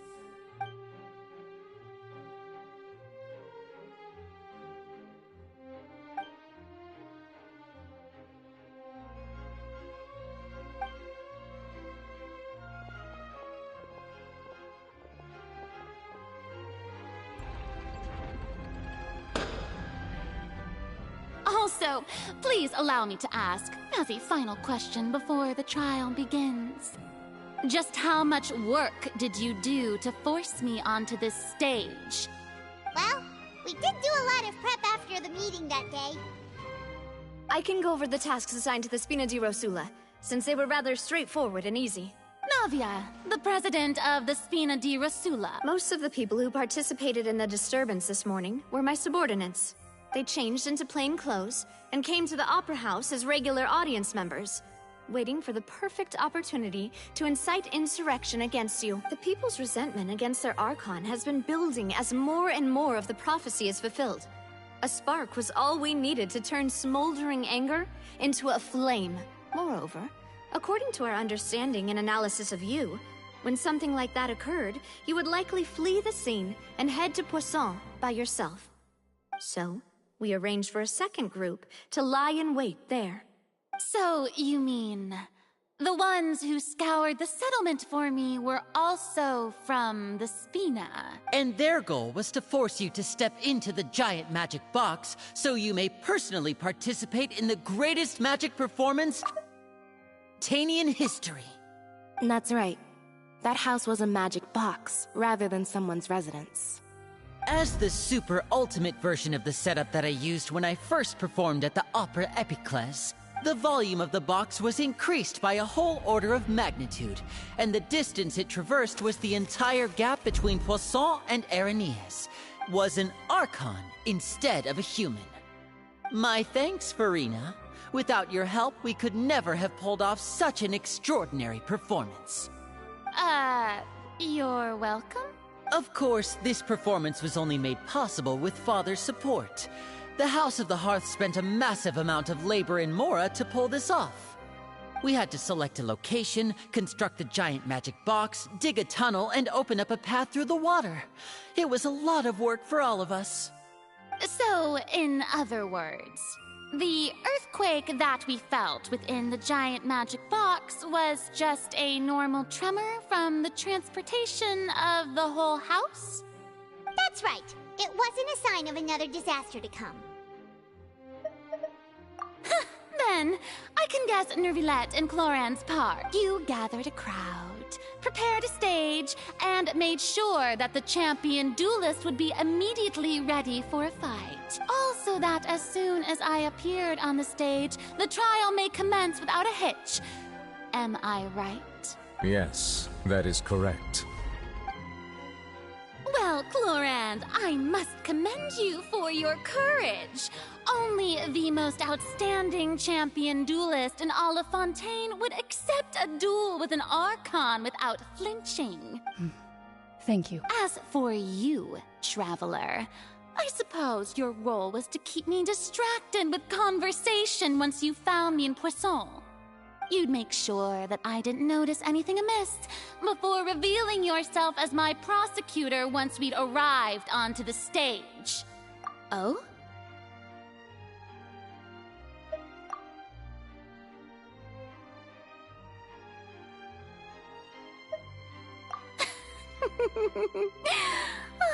Is that so? Then I suppose I must have missed my final chance.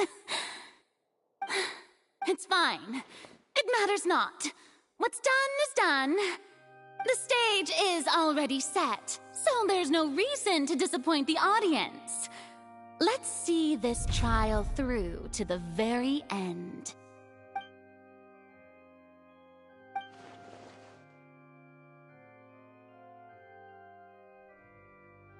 Sir Prosecutor, please allow me to pass this along. This is a document that Miss Charlotte applied for and received permission to share with you during the trial. According to her, it should speed up the proceedings. Huh? Charlotte wanted to give us something? Oh, so she's here too! Hey, Charlotte! Oh, Leb Hymancy. Isn't this the exclusive interview that she did with us before? So she's already finished it, huh? Wait, then that means this document is a perfect timeline of everything that's happened ever since we stepped foot in Fontaine! So in other words, we can refer to this anthology of evidence every time we want to use something from our journey as evidence for an argument! Let's quickly confirm the information in it. Just think of it as a refresher, alright? You defeated the Hydro Archon in the... I didn't think that you'd wind up...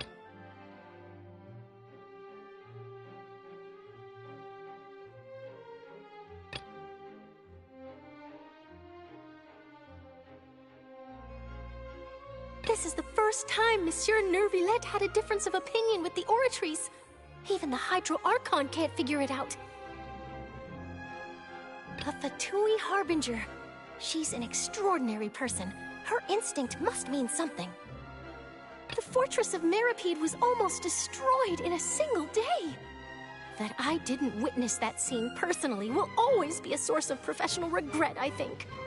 According to Monsieur Neuvillette, both Child and that whale should have been in the primordial sea at that time. I nearly lost my awesome friend Navia. To be honest, that still gives me shivers. The words of someone as extraordinary as a witch can probably only be truly understood when something surreal happens to you.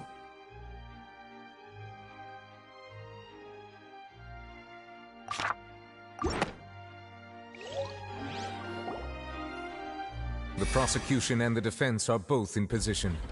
The trial shall now begin. Oh, come on, Neuvillette.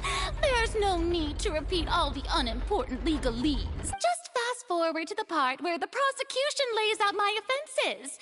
As the defendant and the lead actress of this performance, I still haven't even been informed of my supposed guilt in all of this. Of course, it is only natural for humans to struggle to understand the actions of a god. However, you will need more than that to convict me of a crime. That's true, but my charge here is unrelated to your conduct as an Archon. Instead, I would like to charge you as a fraud who's never been the Archon in the first place. Wait, what was that? Lady Farina's a fraud? Hey, I came here thinking that we were going to try the Hydro Archon for forsaking her duty, but did I hear that right? She's not our Archon at all? Charge accepted. Lady Farina, do you plead guilty to the charge?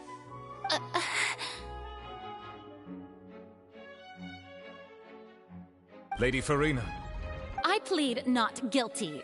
How can I be guilty? There is no way that I, Focalor, otherwise known as Farina de Fontaine, a member of the Seven and the Regina of all waters, kindreds, peoples, and laws of Fontaine, could be anything other than your true Archon.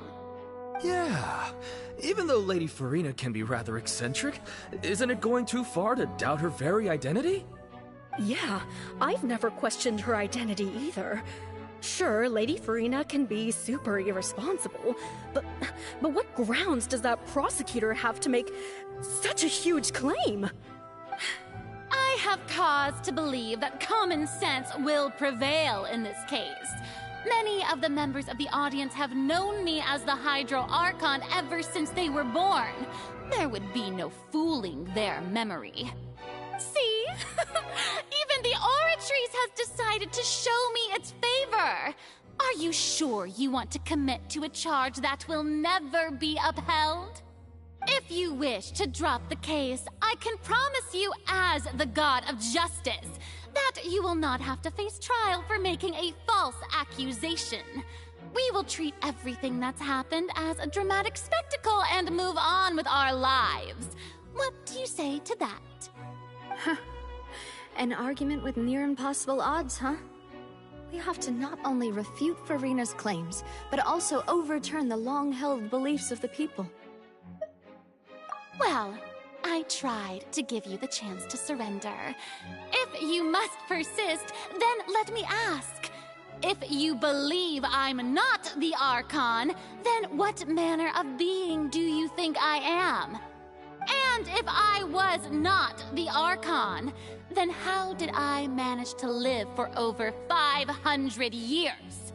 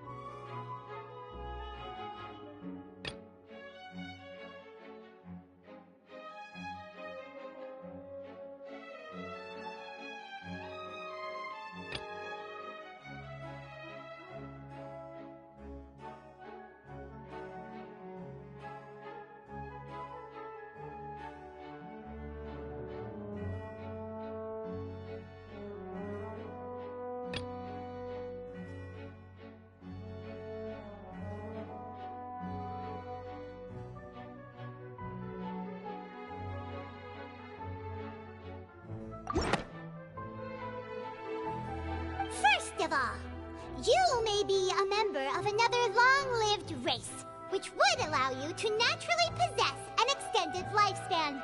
And second of all, even if that wasn't the case, there could be other ways to extend your life. Who gave you that idea? Was it the knave? You'd sink so low as to use a harbinger's words against me. A curse? I once thought it possible that the aura of an Archon might naturally resemble a type of curse. But in light of this claim, perhaps what I sensed was not your divinity, but a curse after all. Neuvillette sensed it too, huh? Lady Farina is actually a human? Well, it is true that it's extremely difficult to tell humans and gods apart just by looking at them. It's not impossible.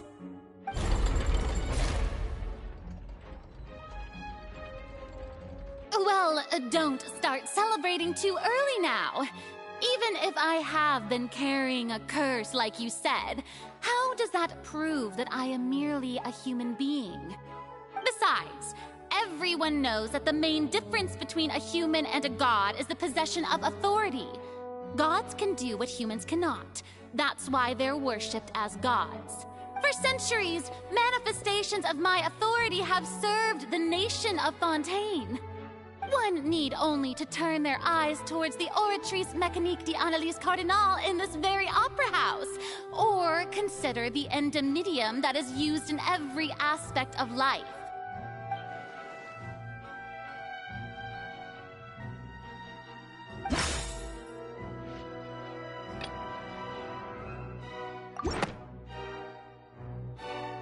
You tried to reference the Oratrice.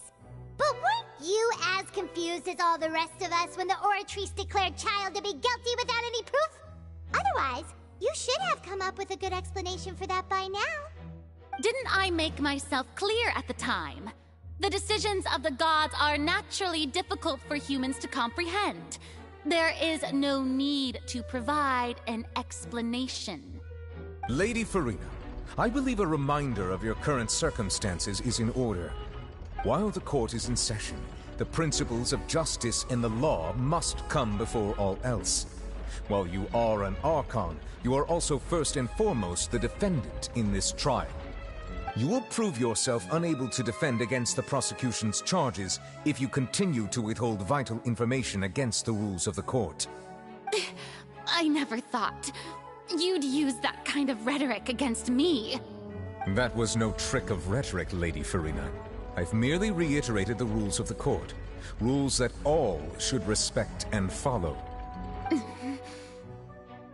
So, you neither knew why Child was declared guilty, nor did you understand the structure and operations of the Oratrice. Instead of having been created by you, the manifestations of authority you mentioned have been made by the real Hydro Archon, haven't they? The real Hydro Archon? Well, now you're really losing me. It is true that I did not know why the Oratrice gave out a guilty verdict that day. But the Oratrice handed out that verdict unilaterally, and it has been operating independently ever since it was first created. You can't argue that just because a divine creation is flawed, that the god behind it must also be no god at all. She's still throwing out all kinds of excuses. Seems like she's confident that we won't be able to produce proof that she has no power over the Oratrice. My power as an Archon. There are many ordinary citizens in the audience. How can I just carelessly demonstrate the formidable power of an Archon? If that poses a concern, I'm prepared to extend my protection to the audience. You don't need to go that far.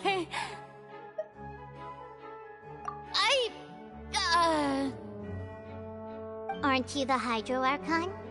Or is it that you can't even wield the power of Hydro, much less the authority of a god? Indemnitium! Yes! It's all because of Indemnitium! All Archons derive their power from the faith of the people, and I've converted the people's faith in justice into Indemnitium! Thus did I give up all of my divine power to provide everyone with energy for their daily lives. Have you ever seen a more magnanimous god? Isn't that a huge stretch? Yeah, no matter how generous an Archon can be, how could they give up all their power? Can a god with no power even still be called a god? It seems like nobody's buying Furina's excuse. Hey, come now, everyone. Please don't stare at me as if I was a liar. I'm still the same Furina you knew, right? The one that you loved. Shouldn't you want to believe in me? Please? You've got to believe me. If what the prosecutor said is true, she really has committed a grave offense. Did she deceive all of us? And all of our parents and grandparents too? And all of our ancestors? Ever since they were born? Enough! That's enough. Tell me then, if I'm not the real Hydro Archon, then who is? If you have no evidence of another Hydro Archon's existence, nor can you find anyone who can back up their claim to be such, then what grounds have you to say that I'm not actually the real deal? Wow, she came up with yet another argument. How can we refute her now? Seems like she really doesn't want to give up.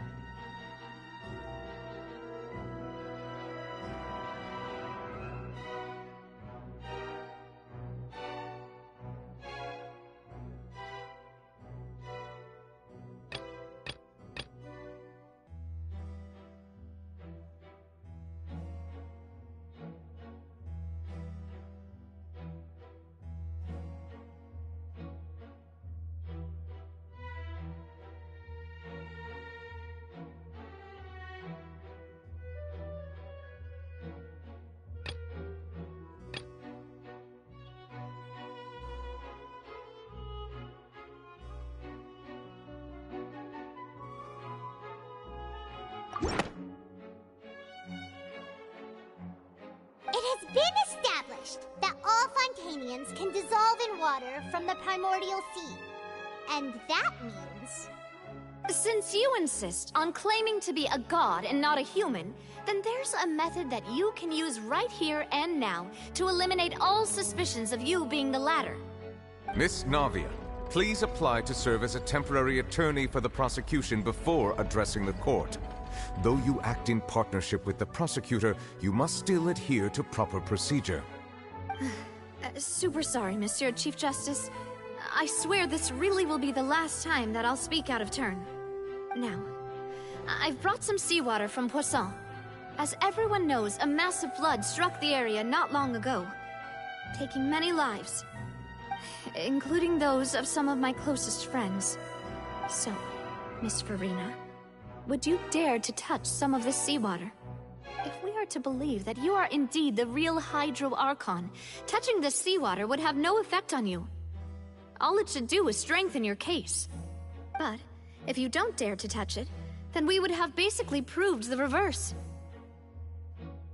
Oh, and I must remind you that after the disaster at Poisson, nobody wants to see any more people dissolve. I do hope you'll act prudently and choose the simpler path of admitting guilt. Navia from the Spina di Rasula. The Spina has governed Poisson for many years. I guess her suggestion is valid.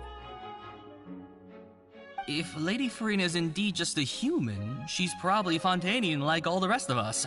Would she really dare to try?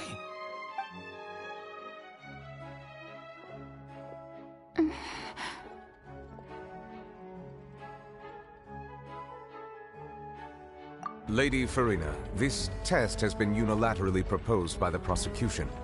As it falls outside the realm of standard court proceedings, you possess the right to decline participation. Well, of course he had to tell her that.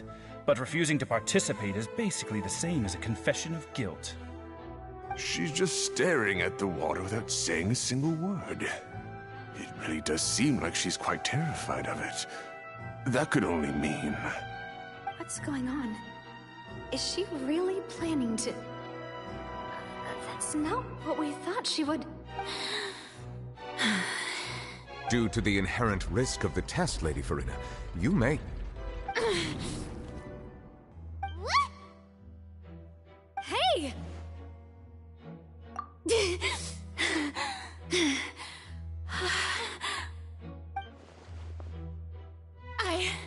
I'm fine! Look at me, everyone! My hand is still here! I haven't been dissolved! Will you believe me now? I really am your Archon! I'm nothing like a normal human who would fall apart as soon as they touch this water! Really? Was this not the most obvious thing in the world? Miss Siegewien? If you are present, Miss Siegewien, please come forward and attend to the defendant. Siegewien? Don't be nervous. It'll just take a few seconds. Let me see. Please announce the results of your evaluation to the court, Miss Siegewien. As everyone doubtlessly saw, Miss Farina was displaying symptoms of hyperventilation and flushed skin. These indicate she was experiencing the adverse effects of exposure to primordial seawater. The extent to which she was affected is the same as other humans when exposed to primordial seawater of a similar concentration. Thank you, Miss Siegewien. Lady Farina, you may return to the defendant's stand. Oh, wait. What did she just say? I didn't get dissolved. Shouldn't that be enough to prove my innocence? Well, considering your tendency to run from your problems, we did originally prepare a direct sample of the seawater around Poisson. However, after extensive discussion, we exchanged it for a sample that is not concentrated enough to dissolve an actual human. After all, on the off chance that something entirely unexpected might occur, we don't want anyone else to lose their life to the sea. Yeah, so out of regard for Farina's life, you secured a low-concentration sample and asked the head nurse to serve as an expert witness. It's a great thing that the direct sample wasn't actually used. Farina could have... I can't believe... You...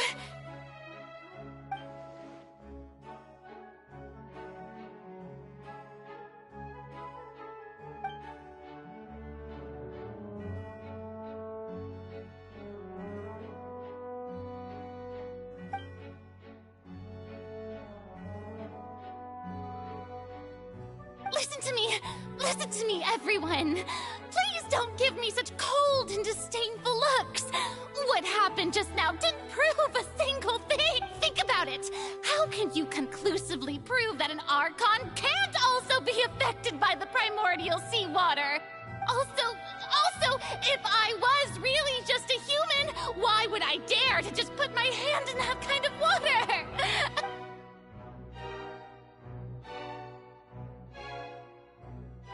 Please, anyone, just listen to me! I swear, I really am your Archon!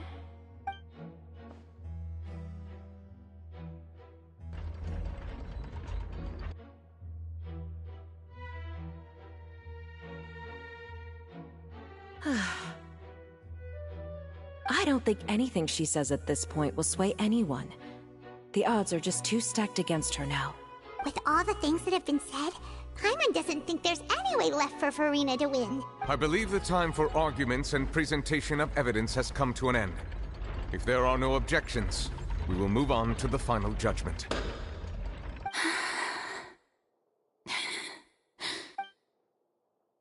I don't think anything she says at this point will sway anyone. She's too stacked against her now.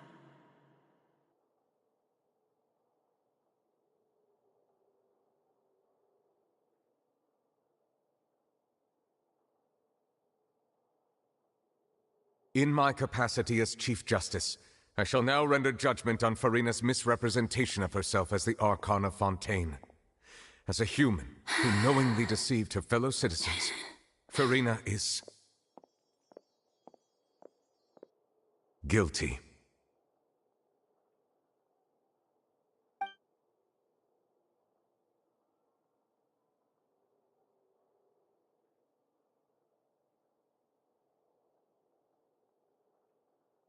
We shall now turn to the Oratrice Mécanique d'Analyse Cardinale to render the final verdict on the charges.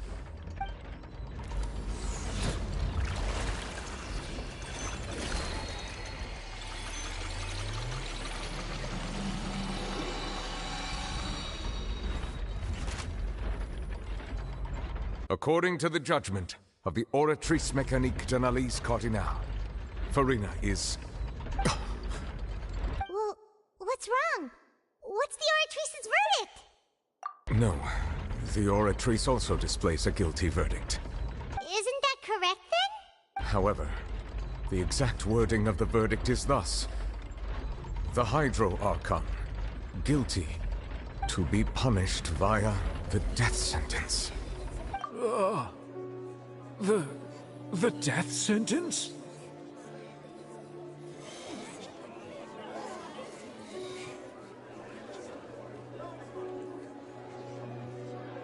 That's actually one of the available sentences? I've always thought that it was just a myth. The one and only time the death sentence has been handed out at the court, and it's been given to the very person we've worshipped as the god of justice? What an unexpected twist. Furina's been sentenced to death by the Oratrice? We just wanted to use the trial to show her the seriousness of things so she'd tell us the truth. How did things escalate this quickly? This outcome is indeed quite strange. According to Fontaine's current definitions of justice, as well as its recommendations for criminal sentences,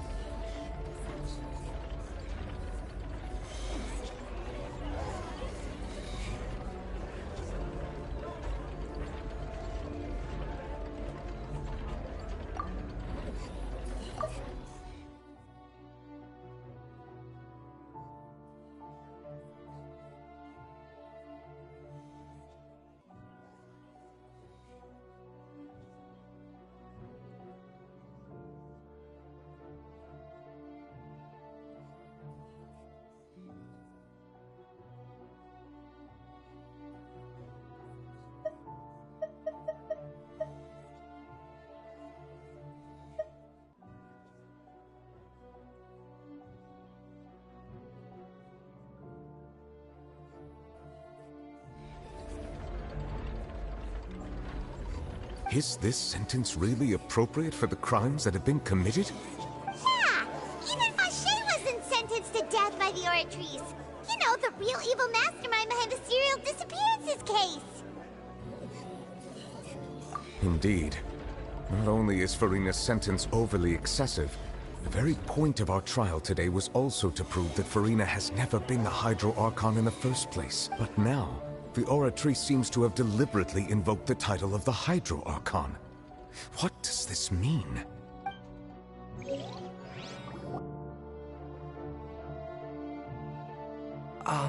Excuse me, if I may interrupt. Is the trial still going? Fremine! You finally made it. I assume this means you've completed your mission? Mm-hmm. Any mission Father assigns to me will always be top priority.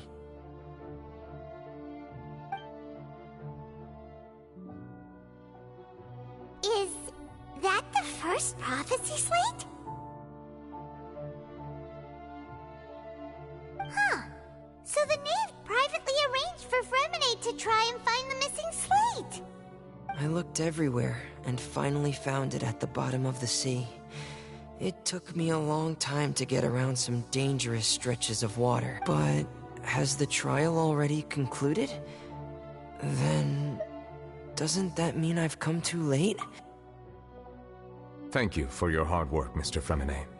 Please allow me to review the record left on the slate. Traveler, I believe that you have already seen the other existing slates. I would like you to come here and confirm their contents. Huh? So what do you see? What is it?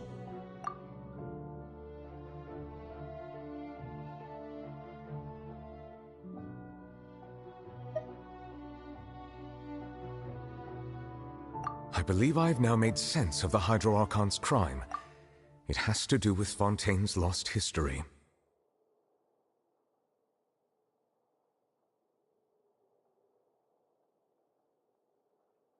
Huh? Isn't the Hydro Archon just guilty of deceiving her people? Oh, wait, no, that's Farina, and we've already proven that she's not the Hydro Archon. So when you say Hydro Archon, do you mean the real Hydro Archon we've been kinda talking about? In truth, everything that you've encountered in Fontaine up until this point can be traced back to the contents of these stone slates. However, I'm uncertain as to how much sense they currently make to you.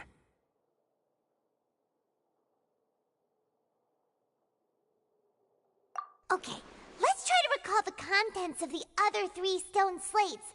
Paimon will do her best to help you remember.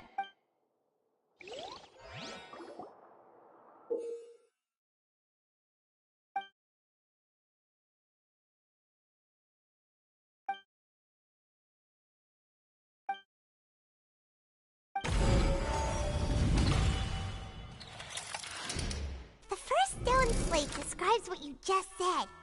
It seems to show the previous Hydro Archon using her divine power, and then the Oceanids turn into human. Does that mean that Fontainians are transformed Oceanids? Oh, Paimon wasn't expecting that.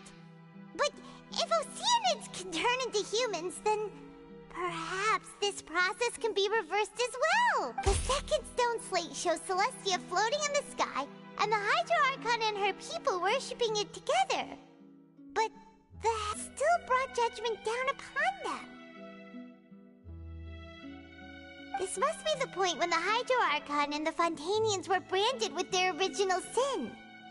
Does this mean that the original sin and the Hydro Archon sin are the same thing?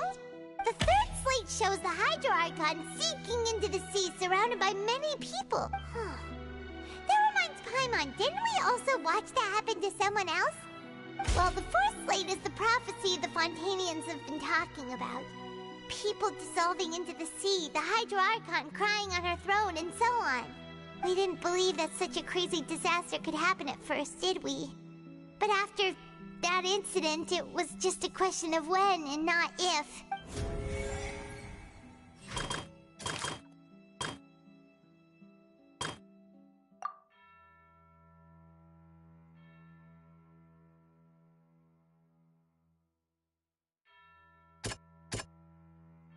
That doesn't...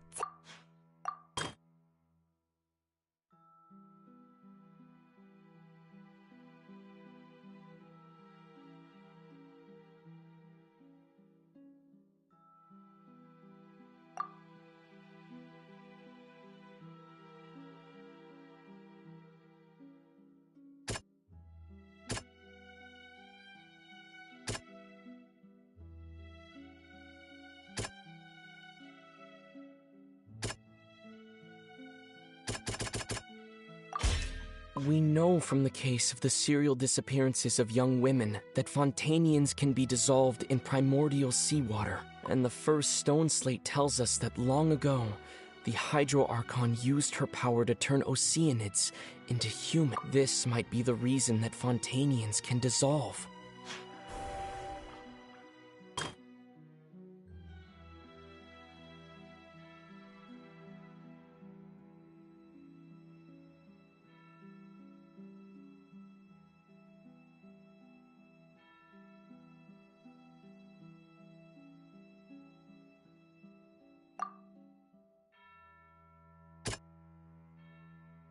That doesn't sound...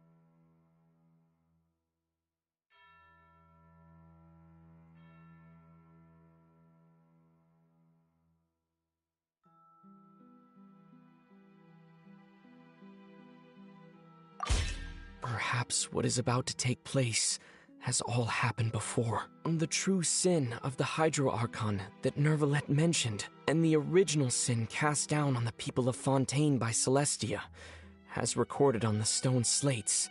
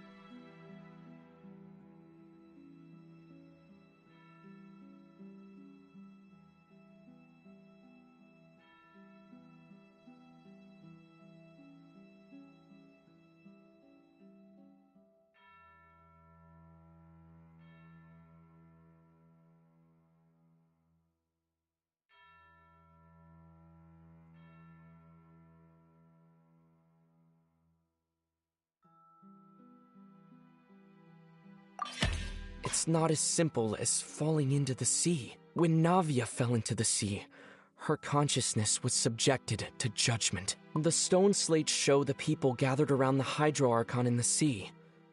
Could that be alluding to the same thing?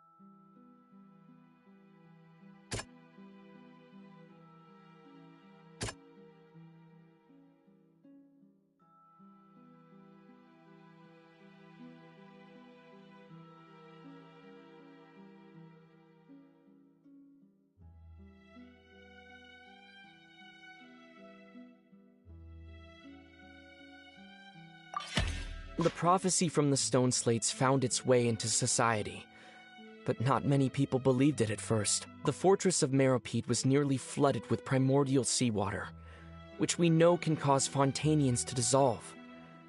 It seems increasingly likely that the prophecy may come true. If we hadn't dealt with it in time, things could have gone very badly. They'll dissolve into the primordial sea but won't cease to exist. Their essence will flow in the seawater, converge, and take the form of an Oceanid. The Hydro Archon was sentenced to death in court, shocking everyone present. Perhaps this means that her sin was actually Fontaine's original sin. Navia fell into the water inside those ruins, and she nearly dissolved. She was surrounded by the people of Poisson in a court within her consciousness, and was forced to take part in a trial meant to make her stay. The eruption of the primordial sea at the fortress of Meropide was the surest sign that the prophecy was about to come to pass no matter what.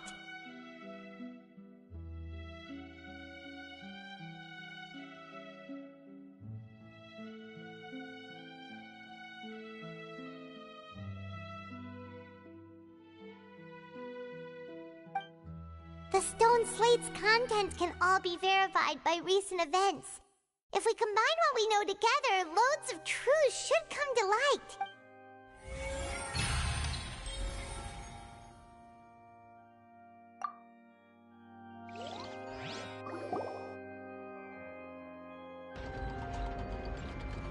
Huh? Oh, Paimon gets it now! So that's how you can make sense of it. But then it feels like we're going to have to share some truly shocking revelations. Let's hear them. Incredible. Linny, did you hear that? We're not real humans. All Fontanians were originally created by the late previous Hydro Archon, with Oceanids as their basis. The evidence for that can be found in how only Fontanians could dissolve in primordial seawater, and how all the girls Vacher dissolved were also turned into Oceanids. Oh, and according to Navia, when she was about to get dissolved, she also saw everyone gathered around for a trial, all of them in the shape of Oceanids. Indeed.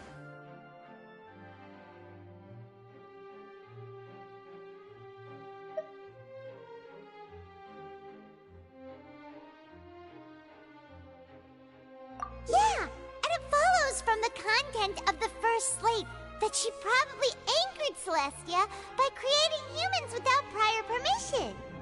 That could also explain why the Oratrice judged the Hydro Archon to be guilty. It's to account for that ancient sin. The Hydro Archon's true sin was creating us? And yet, after many hundreds of years, the Hydro Archon's creations have turned around to try to judge the Archon within the Opera Epiclese. The twists of history are often the most unexpected of all.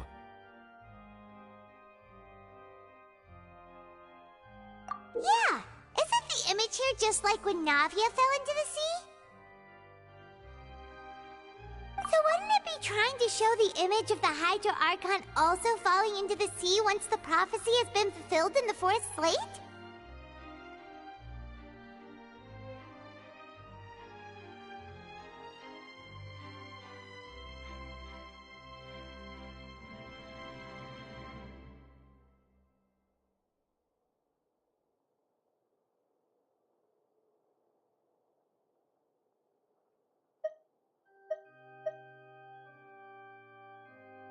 In the end, the people will all be dissolved into the waters, and only the Hydro Archon will remain weeping on her throne. Only then will the sins of the people of Fontaine be washed away. Did Paimon get all that right? You've made some keen deductions. I must say, given how much you still don't know, it is impressive that you've already managed to connect so many pieces of the truth.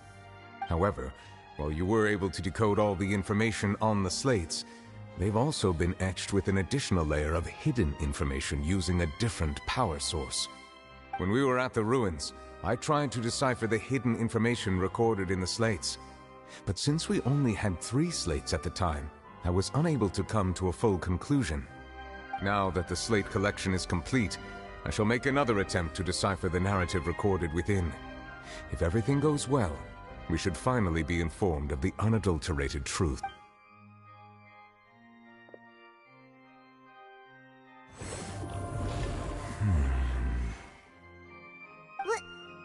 Well? I believe I should share this truth not only with you, but with all the people of Fontaine as well. I will try to briefly summarize it for you.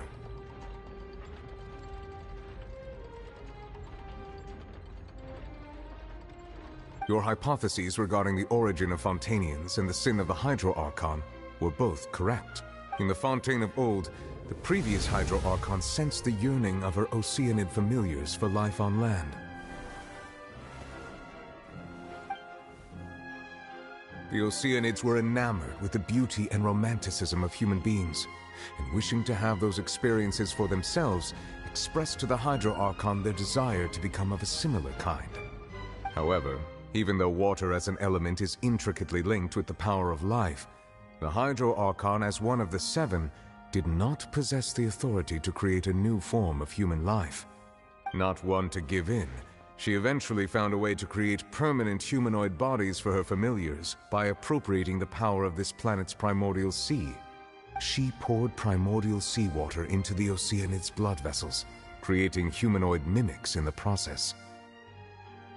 But if Fontainians were to ever come into direct contact with water from the primordial sea, the power within their bodies would escape these artificial restraints and return to the sea.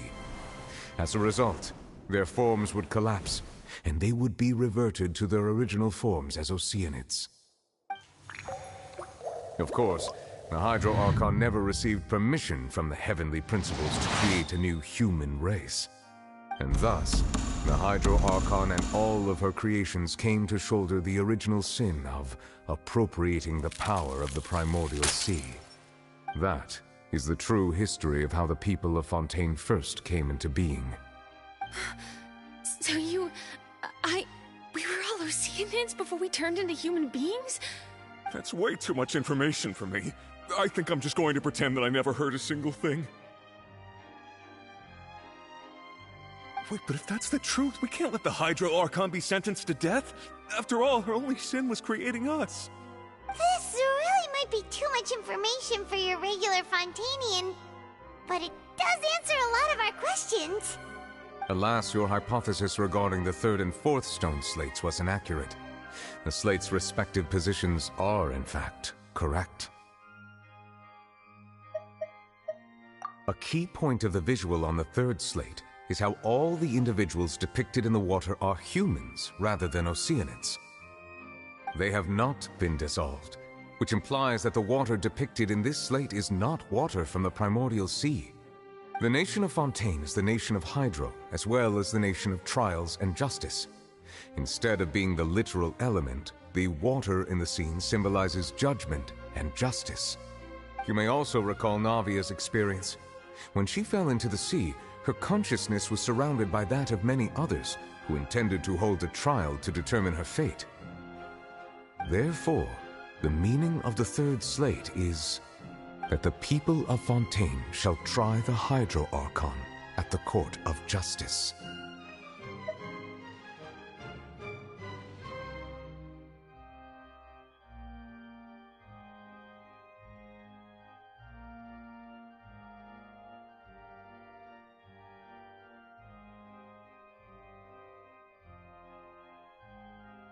Yes, it refers to our present situation.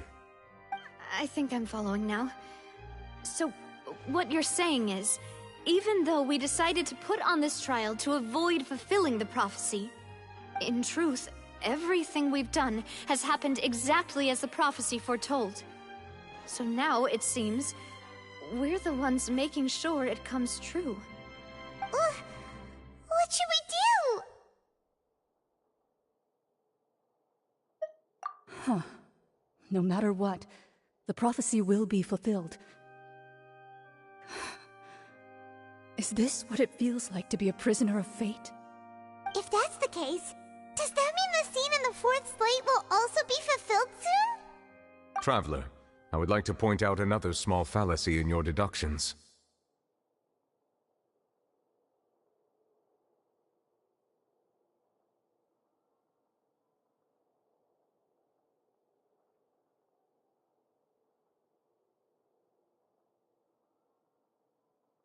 About the fourth slate.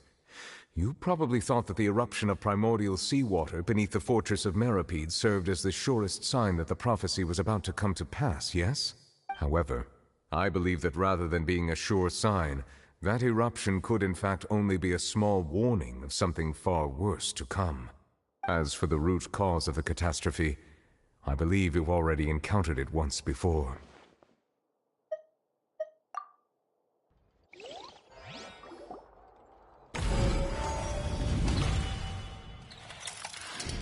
This eruption was just a small warning of the things to come. We must find the root cause of the disaster.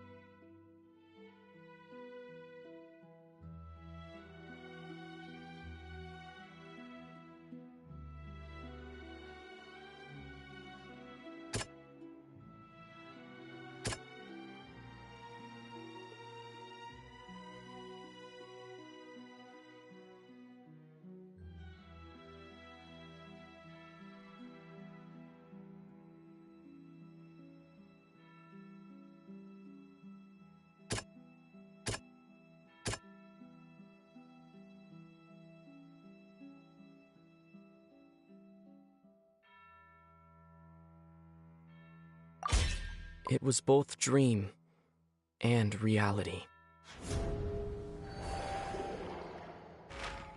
If we're talking about a true culprit, that could only be that thing inside the primordial sea, right? The truth, the original sin, the trial, and the root cause of the disaster.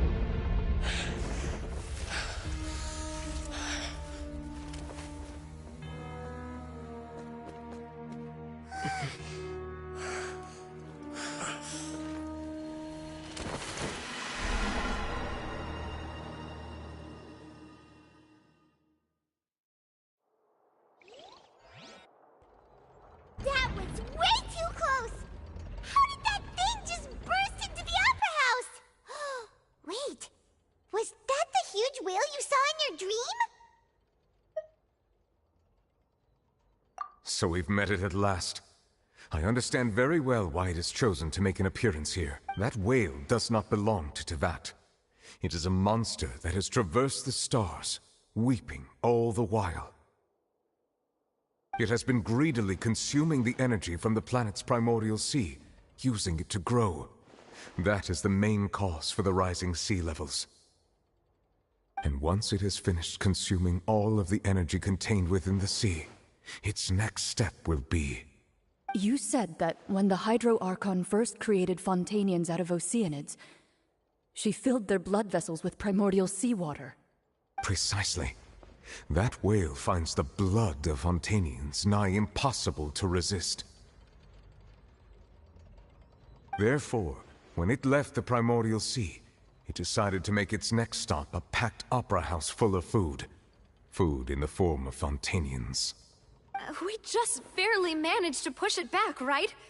In that case, won't it come back to target the people again, once it's managed to recover its strength? That is correct.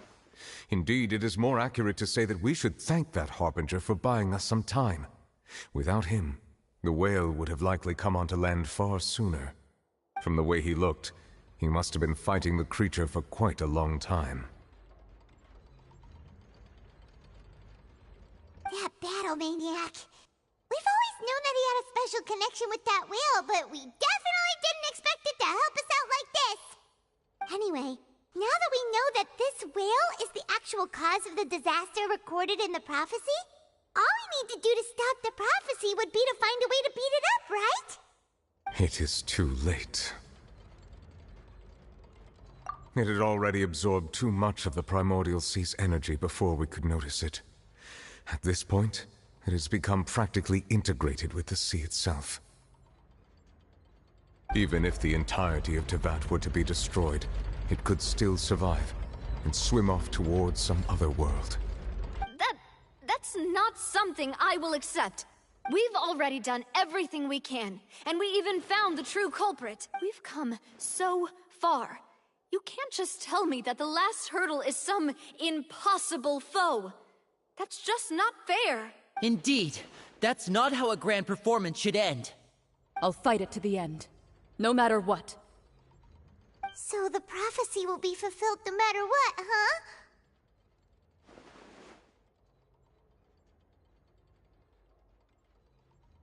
The prophecy. Yes. What has been prophesied will be fulfilled. You may view such things as the history of the future.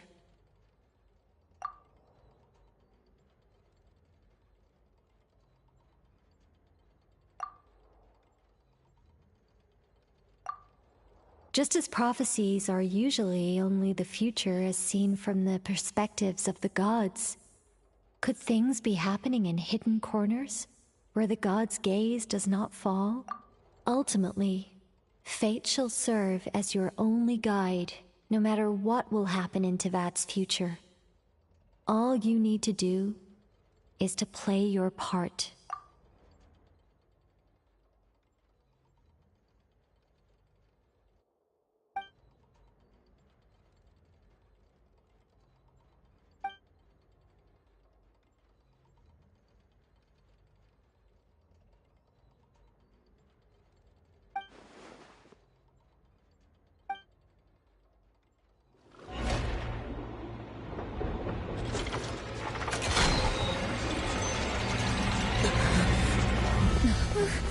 What's happening with the oratories?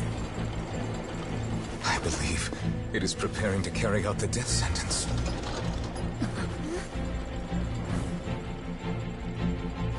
Farina!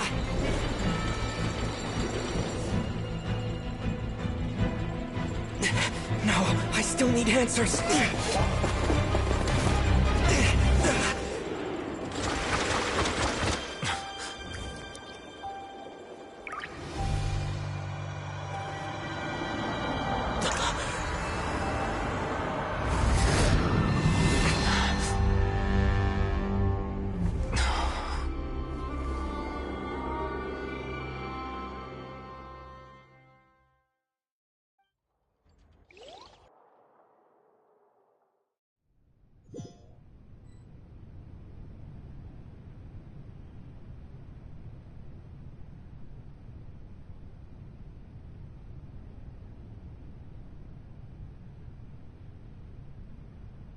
You...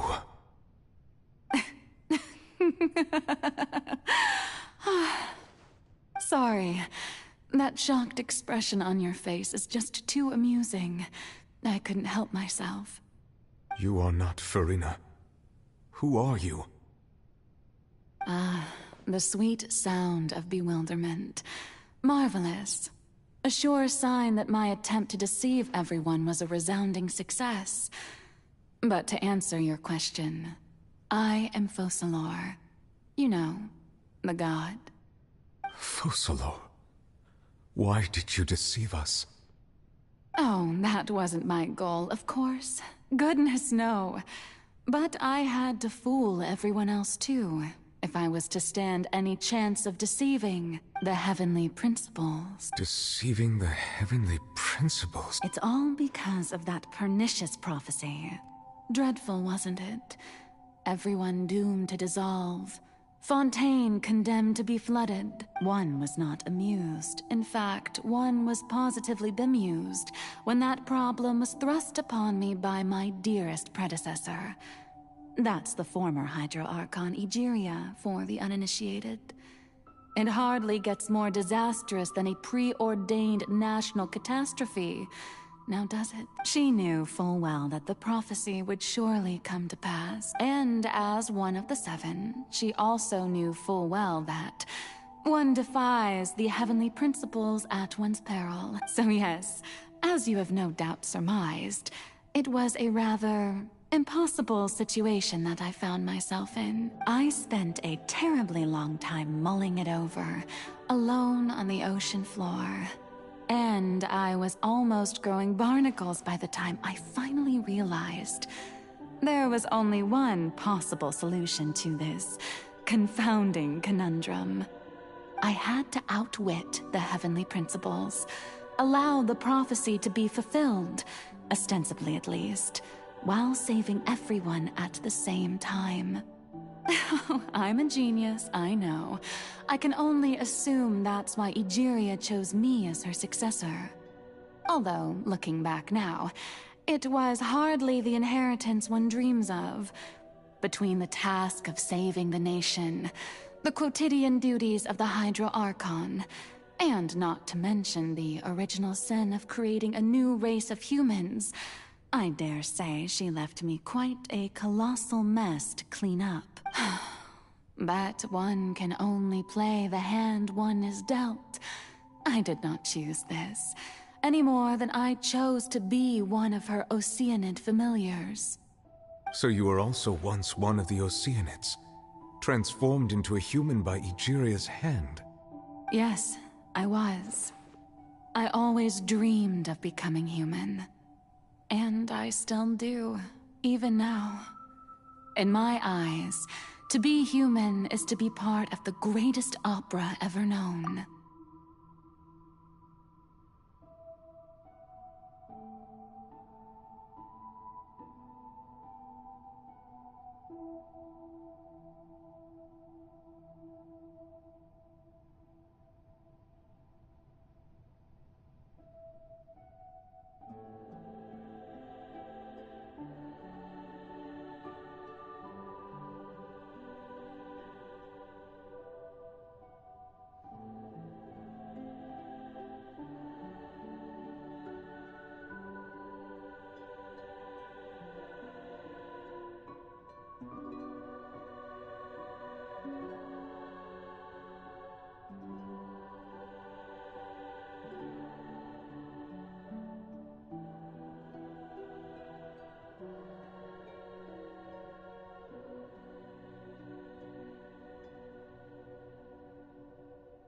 After becoming a god, I separated my divinity from my body and spirit, leaving behind only a self that was as naive and bewildered as my past self on her first day as a human being.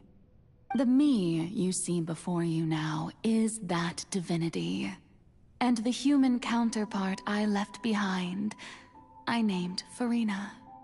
She could feel joy, sorrow, and everything in between. She could be as vain and conceited, or as meek and vulnerable as she wished. Her strengths were of a kind only a human could possess, as were her shortcomings. But in my eyes, Furina's humanity was what made her perfect. She was perfectly human in every way. The person I always wanted to be. Anyway, so then I cursed her. All part of the plan, of course. The plan to deceive the heavenly principles. Do you still remember the final scene of the prophecy? The Hydra Archon, alone, weeping on her throne. In order that the prophecy might appear fulfilled, I invited Furina to be an actress, to play the part of the Hydro Archon in the prophecy, under the curse I placed on her. So long as I, Focalor's divinity, continued to exist, she could not die. But nor was she free to live her life in the pursuit of happiness. Instead, she was forced to take the stage in the opera house, to embrace the role of leading lady, to forever play the part of the god from the prophecy, all to create a deceitful appearance of that prophecy coming to pass. I suppose now you probably understand why your court is called the Opera Epiclese. But Furina is only human, isn't she? Even though she has had a long life, her mind is no stronger than that of any other ordinary human being. I cannot begin to fathom what she has had to endure. It must have been torture for her. It has indeed. And although she is, in a sense, me in human form, I most definitely owe her an apology for it. It's been 500 years, and all along, she's been playing her part in the most unimaginably long, unbearably lonely, and agonizingly painful opera of all time.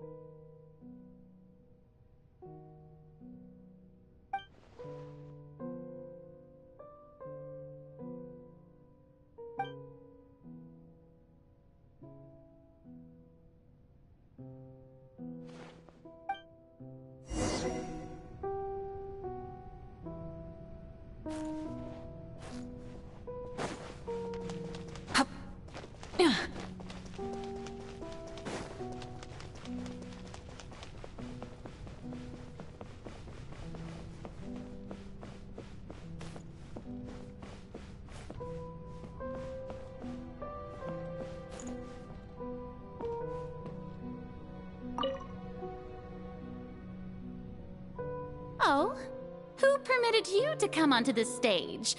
Now, I understand your admiration for my august self, but I must ask you to keep to the rules. All right. It is not my intent to reprimand you. There is no need to state your name. Just be off with you. Do not distract me from my performance.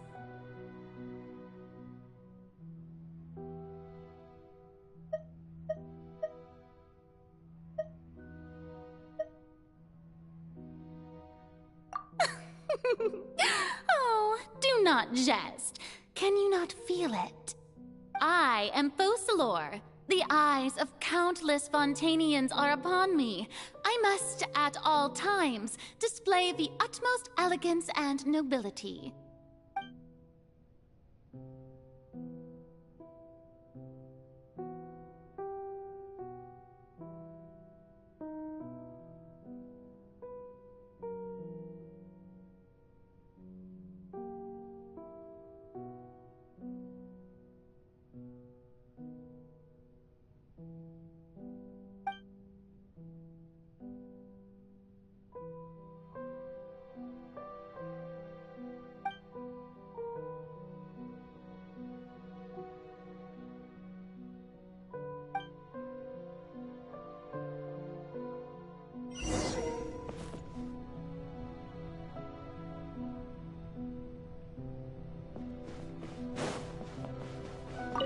Dear audience, the performance is experiencing a technical difficulty, but worry not.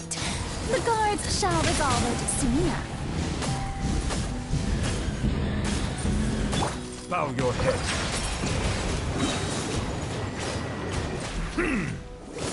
Let the mighty be humbled.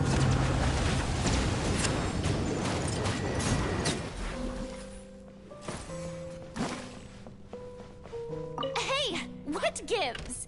The audience is still watching me, you know. Guards?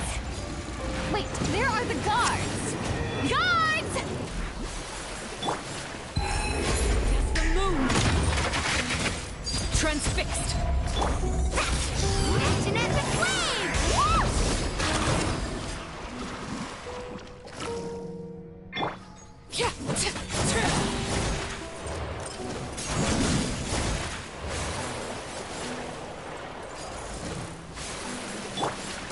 Wrath from the sky!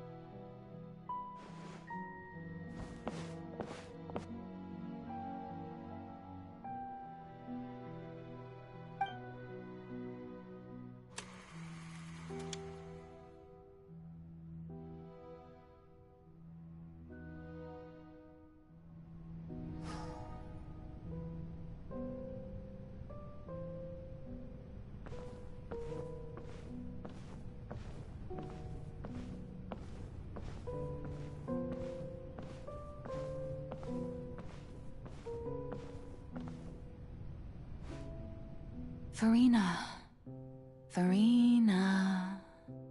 Huh? Who's that? Who's calling me?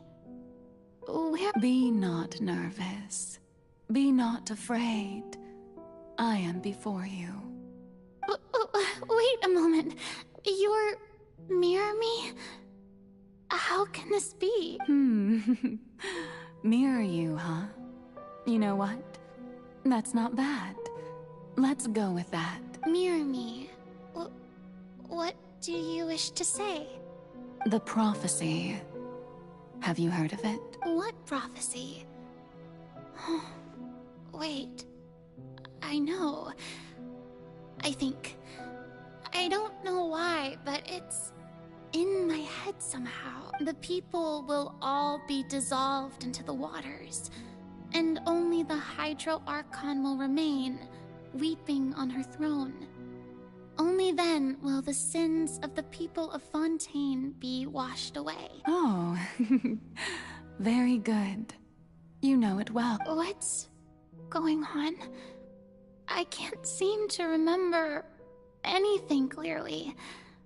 The only thing I know for sure is this prophecy. Will it really come to pass? Yes, it will. And that is why I've come to you. Disaster will come to Fontaine sooner or later. Things will develop just as the prophecy declared. There is no escaping it. But doesn't that mean everyone will die? I'm a Fontainian just like them. Will I dissolve too?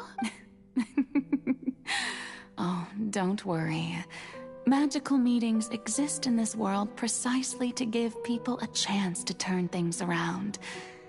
It is the reason why you met me today. I will tell you how to save everyone, but you may have to suffer somewhat. Oh, so there's still hope after all. Goodness, you frightened me. You spoke so much and with so much certainty. As for the suffering, well, I will admit that the first thing that came to mind was, why do I have to be the one to suffer? But if the prophecy will come true, I'll also die anyway, right? So, if I've already met you as my magical meeting in this world.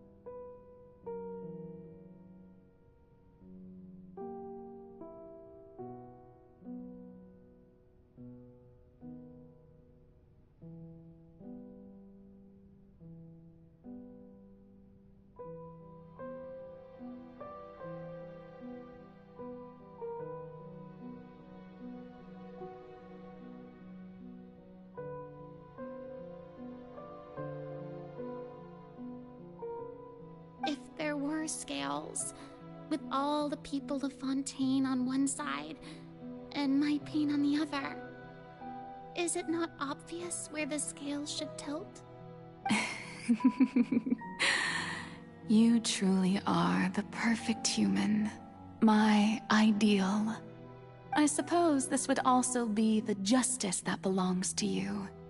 Huh? Don't worry, it's nothing. Listen well.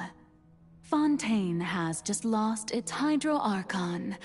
I need you to play a role. That of the new Archon. Play as a god? That's right. You must begin a never-ending masquerade. You must never let anyone suspect your identity. If you can keep it up, then I shall have my way of defying this prophecy. But should your identity be revealed, then all hope will be lost. But how will I do this? A human assuming the role of a god without being exposed. Don't worry. What you must do is not to turn yourself into a real god. You simply need to play the role of a god as humans imagine them to be. Being a human yourself, I'm sure you already know what such an entity would be like. Remember, your true challenge will not be pursuing divinity, but contending against humanity. I'm still not sure I understand, but I'll try. I'll try to do this. So, how long am I going to have to play this role?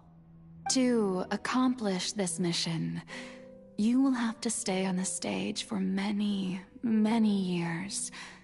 You will endure and not grow old until your task ends.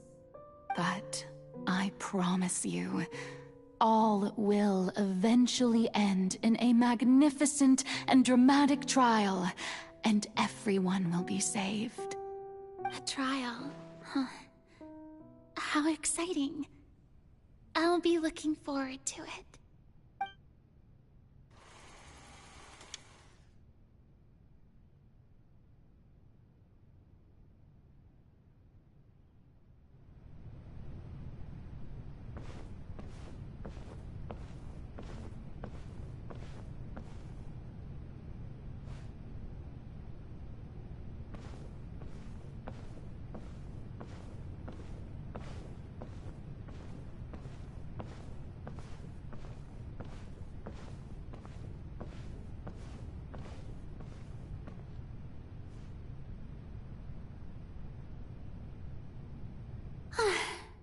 The Maison Cardinalise has announced my accession, but this is my first time facing the people.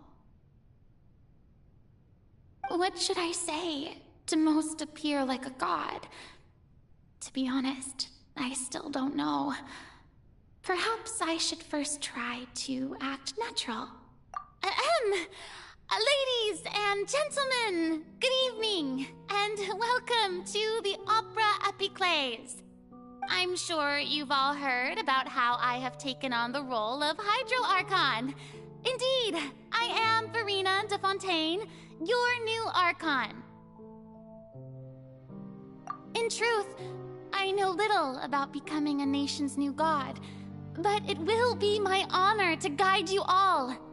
As the god Focalor, the god of justice, I shall do all within my power to lead you into an age of fairness and justice. Once again, thank you all for coming. If you should have any questions or suggestions, please send them to the Maison Cardinalise. The future of Fontaine will require us to work together, after all. This should do it. I thought I might stammer, but thankfully, I was able to convey my thoughts just fine. Okay, and... That's the new Hydro Archon.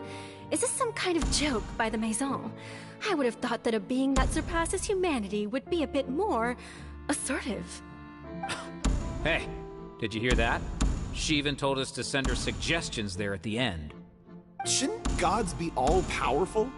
She's being so modest. What's the difference between her and an ordinary person, then? If you ask me, perhaps the succession didn't actually happen. She might just be a Maison-back puppet. Wait, what's going on? Why is everyone suspecting me of being a fake? Oh, this is bad. If I get exposed here, there'll be no saving the people from the prophecy. Right. Mirmi said that I just need to play the role of a god as humans imagine them to be. Calm down, Furina. Think. What do the people want? How would they imagine a god to speak and act? Assertive, with a strong sense of presence. One who can dispel all doubt. That is the character I'm fated to play.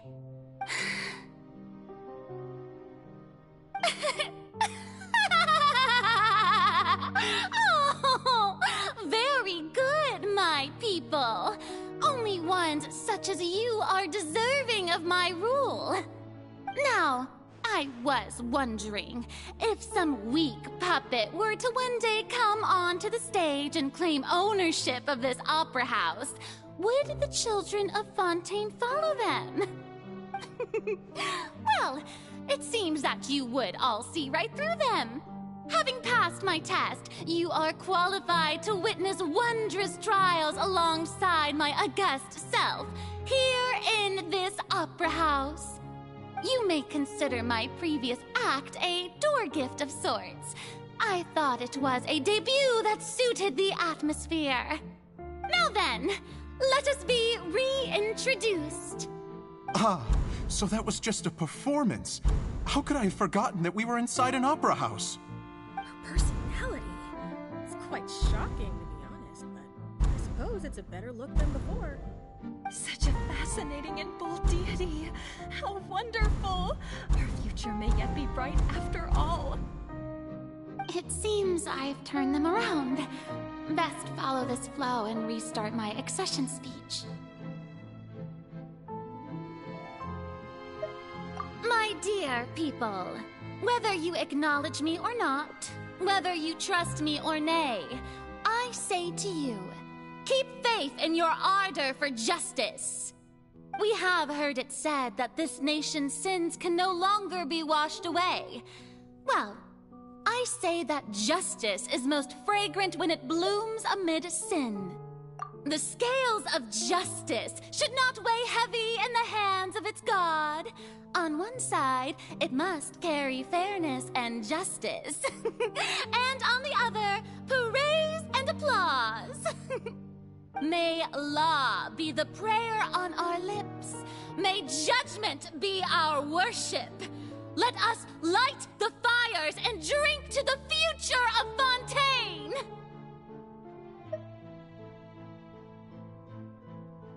There is no trouble in this world that justice cannot solve. All that is needed is for you, my people, to believe in it, heart and soul. So long as I, the Archon Focalor, stand within the Opera Epiclese, so long as I stand before the Oratrice, I shall even judge the gods of this world!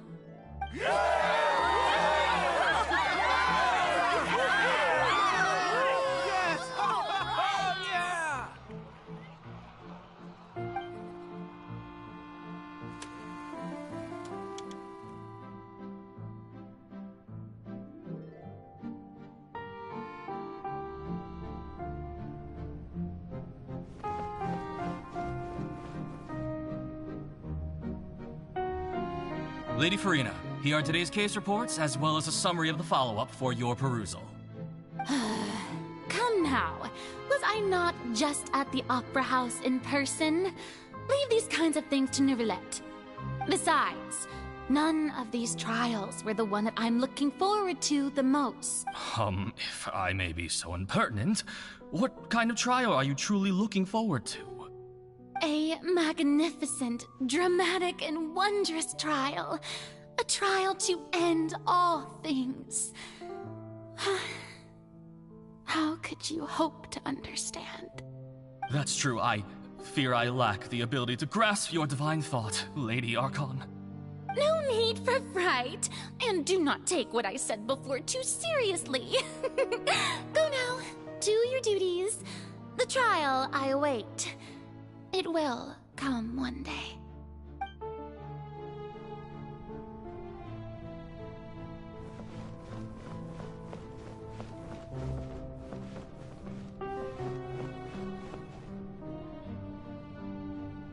Lady Farina, I don't know what to say. Thank you for agreeing to see me. No need to thank me. Or rather, thank your own sense of perseverance instead. Long have you stood in line to meet me, have you not? Oh, I'm afraid that's just an inevitable consequence of my divine charm. All right. Deoteria, is it? How is your son's illness? You remembered me, and you knew of my family, too. He is doing much better now. In fact, he is far more of an ardent believer than I. He was the one who forced me to seek an audience with you, and to bring your words back to him. Oh, good. Very good. If this should happen again in the future, please do not hesitate to come and tell me. Going down to citizens' homes every so often, while not usual practice, should serve as a fine change of pace. You're such a gentle and wise god. Thank you once again, on behalf of my son.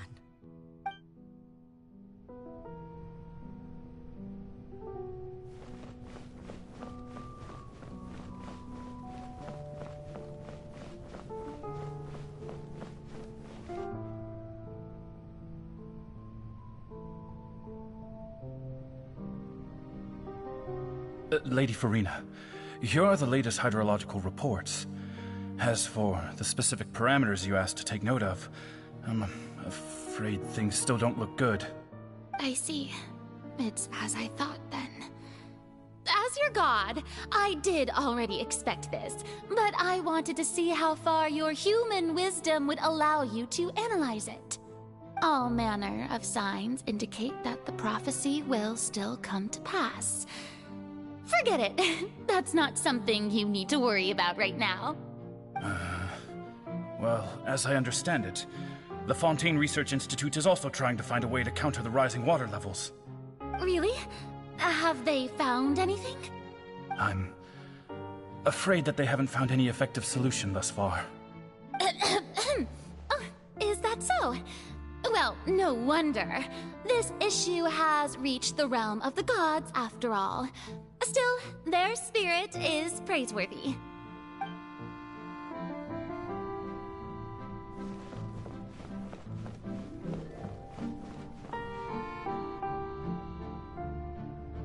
The day is finally over. I haven't had a moment to breathe this whole time, but it's good to see that everything's getting on track. There are no longer any voices of suspicion. Maybe this is fine. I just need to keep going, and everyone will be saved. All right, Farina, don't think too hard about this. You need rest. Tomorrow's a new day.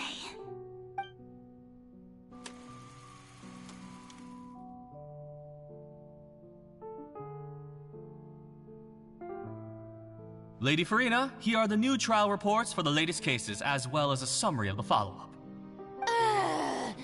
There'll be no need for that. I've seen them already. There's no need to go back over scenes I've witnessed in person before. Lady Farina, waited so long for this chance to see you in this manner. Indeed, my dear, loyal citizen. This joyous moment is an honor for us both. Lady Farina, we're detecting significant hydrological anomalies near Poisson. Understood. Keep monitoring. Keep me informed should anything come up at the Institute.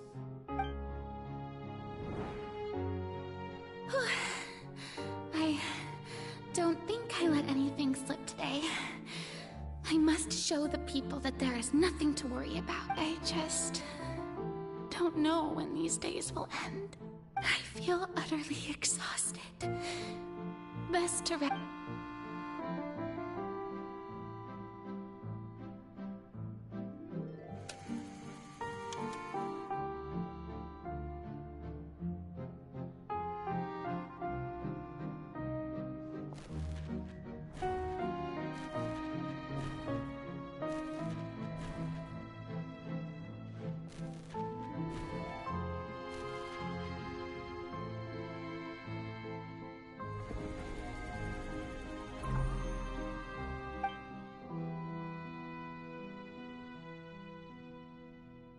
Lady Farina, it's like a dream being able to speak with you up close like this. I've heard that the first member of our family who was honored to receive an audience with you was Madame Dioteria, almost 20 generations ago. And what a fine family yours is indeed. It brings me great joy to meet such a faithful believer, a descendant of a line most ardent. Surely you exaggerate, Lady Farina. My lady? What is it, good citizen? Oh, are you crying? Uh-huh. Oh, really now? I didn't even notice. This must be the overflow of hydro from my person. Well, can't quite help being the god whose dominion is the waters, can I? No wonder. No wonder. A manifestation of your power, then. Oh, Archon, I am honored to have witnessed it. Honored indeed. So interminable. So lonely. Just how much longer? Hundreds of years must have passed by now. Perhaps the show must go on for hundreds more. I never imagined that it would hurt so much. Have I reached my limit? No. Perhaps I reached it long ago. Today I didn't even notice my own tears. I want to tell someone, anyone, about this. But would that not destroy all I've done so far? I've conducted so many investigations across the centuries, but there's not even a sliver of hope that we might break the prophecy. All I can do is keep heart. I must maintain this act. It is the only way to save Fontaine. Please, mirror me. You have to succeed.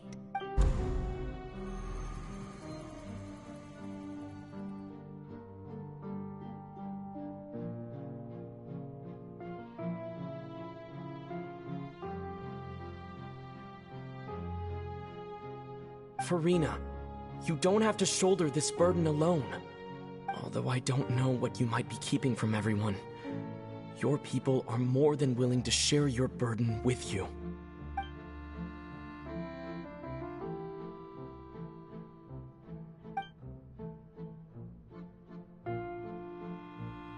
Share my burden.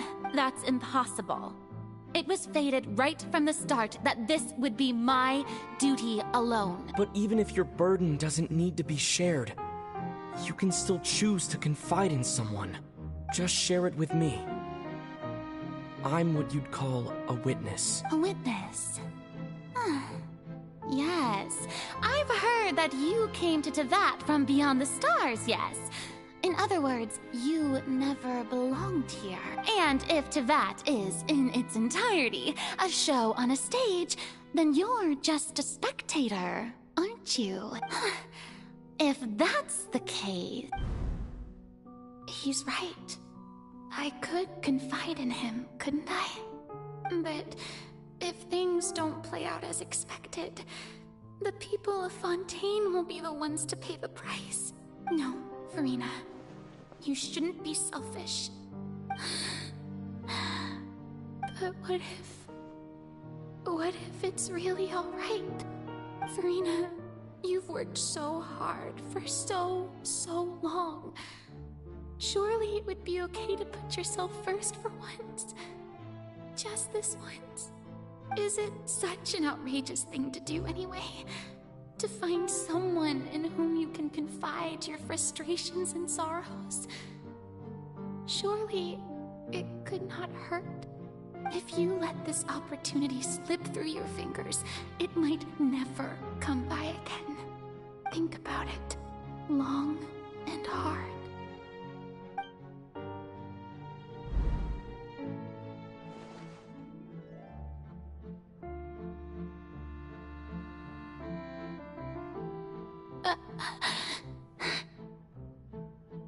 No, I have nothing to say. I am Farina, the Archon of Fontaine. Everything will surely get better. All you need to do, dear spectator, is to witness my performance until the curtains fall.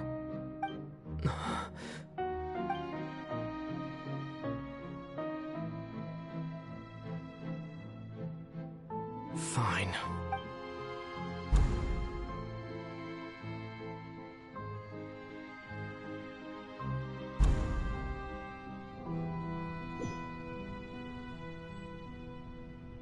So even Farina doesn't know the truth? You've never once let her in on the full plan? Yes, it had to be done. To deceive the heavenly principles, you must first deceive yourself. She did very well. If she had let her resolve falter even once in these 5 centuries, Fontaine would have been doomed to the most tragic fate. It seems that trusting humanity was the right decision after all. I believe that I understand how your deception works, but that is only half the truth, is it not? How would you build on this foundation to save the people of Fontaine? That is the most important thing. Ah, good. Of course, the Iudex of Fontaine has pinpointed the crux of the issue. I'm sure you've long sensed that the Oratrice is no simple machine, yes? I've always suspected that it had its own consciousness. And Lenny did mention that he heard a human voice within the core chamber. It now seems that that person was you, hidden within the machine all along. Am I right? And then I became one with the Oratrice, taking Fontaine's gnosis with me. Yes, it would seem so, wouldn't it? Alas, your understanding of this device still lacks sufficient depth. In truth, it is no enactor of justice. It is, in fact, a device created to kill the god of justice. I beg your pardon? Oh, you have it.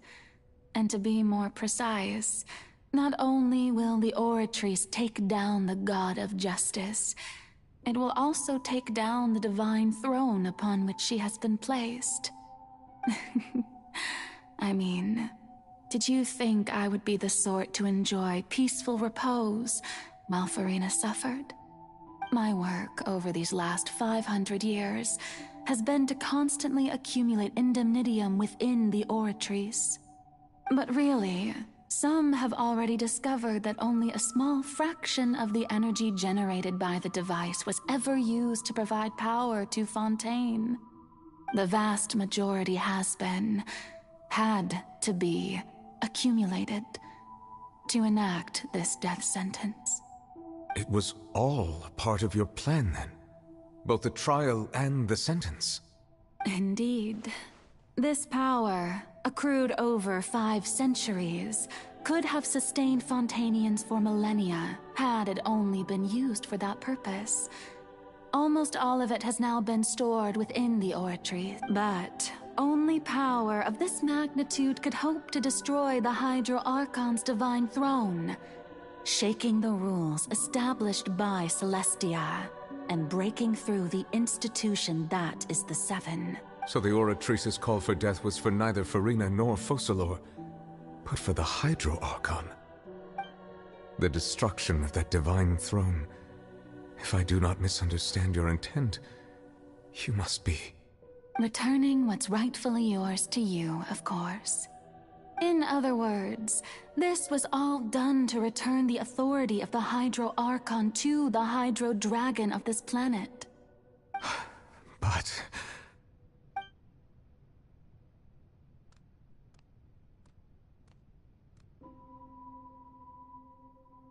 Oh, what? Getting sad again, are we? The authority of the ancient dragons shall soon be yours once more, O Hydro Dragon Sovereign. And this is the face you make. All you've done throughout the years is just so you can sacrifice yourself at the very end. I've never quite seen it that way, you know. Even now, I'm quite pleased at how well my deception worked.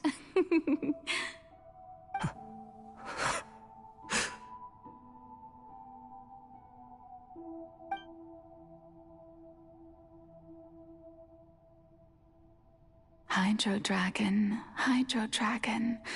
don't cry.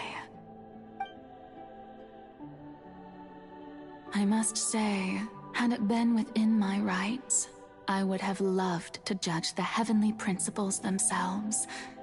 Were they not guilty of essentially the same crime? Egeria stole the power of the primordial sea, and the heavenly principles stole the power you ancient dragons possessed. I, for my part, am the god of justice. And is it not just that your original powers should be returned to you? Speaking of justice, I have always believed that justice lies in the process of pursuing human existence itself. So, if the theft of the primordial sea's might was Fontaine's original sin, then, leaving matters of procedural right and wrong aside, the descent of the Fontainians as humans and their right to exist in this world would be Fontaine's original justice. In other words, existence was Egeria's justice. And to me, justice is the continuation of that existence, defying the prophecy and ensuring that Fontaine's people shall live on. That should be the justice enthroned over all other. At this point, we, whether it be myself or all other Fontainians, have shouldered the burden of this sin for far. Iudex Nervillet, the highest judge in our land. When you regain your full power as an elemental sovereign, what verdict shall you pass upon us? So when I was invited to the court of Fontaine to serve as Iudex, I see now that that was your idea too, at last. I now understand the true purpose behind this position. In the beginning, I was uninterested in human existence. But these 5 centuries of living alongside them have gradually brought about mutual understanding between us.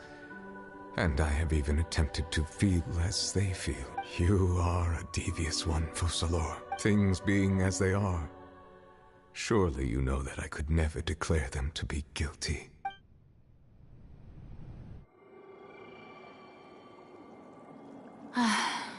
The hour of my execution is almost here. For the sinner, the curtain call has come. I know I may not sound it, but faced with death, I find myself a little afraid. Perhaps this is one thing both gods and humans have in common.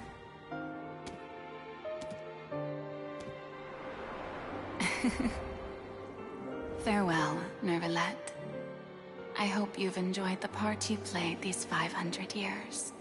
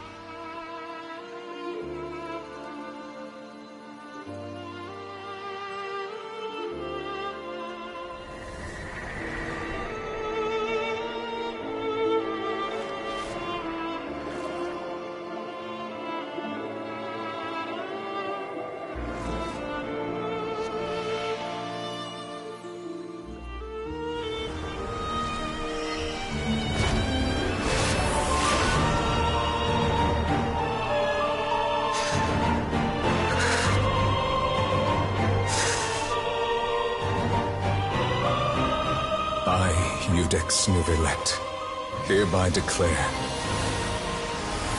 people of Fontaine, your sins are forgiven.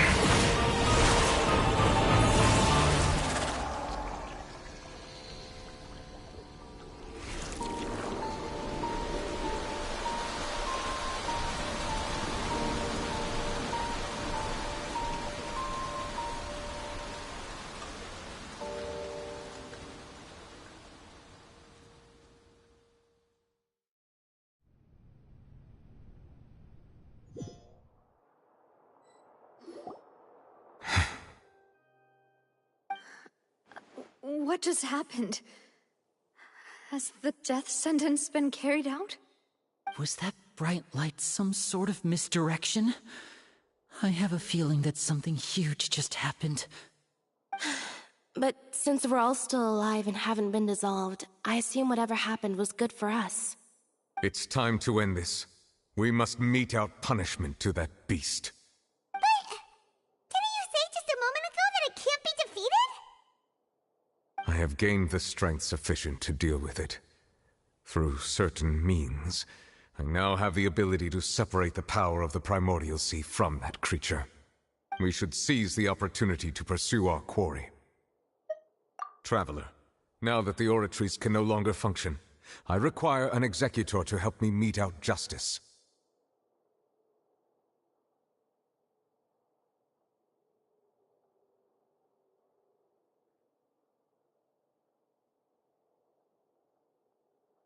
The root of the calamities befalling Fontaine, the beast that enacts the prophecy. Its name is the all-devouring Narwhal. Come with me, traveler. The hour of execution has come.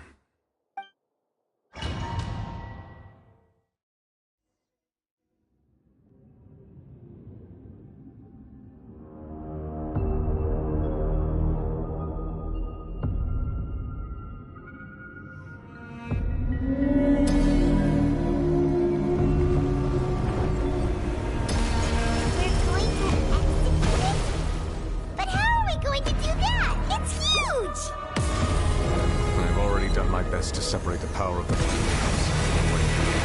Considering the sun's against, I cannot reach the power source. Unless we can find a way to attack it from within. I shall share a part of the ancient dragon's power with you. shall look for an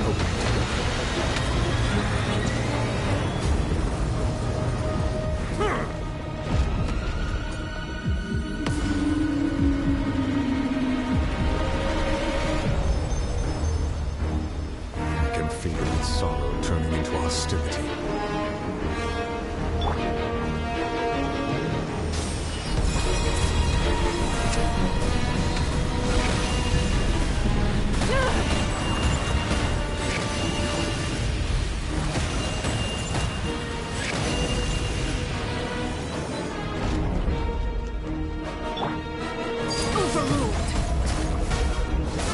The all-devouring narwhal cannot resist its instinct to devour.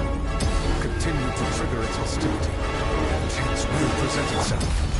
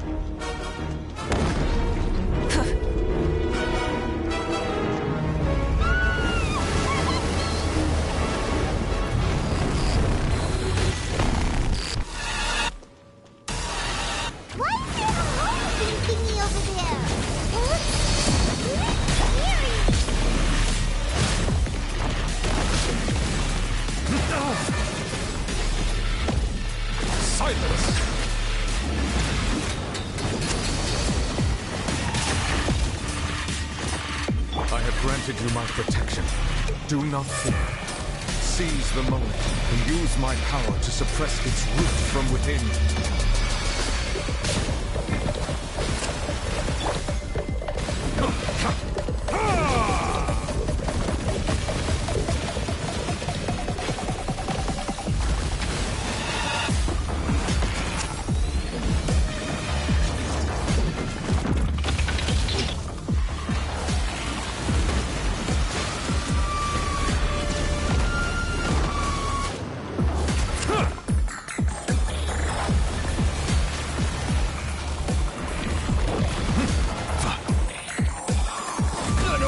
On my part.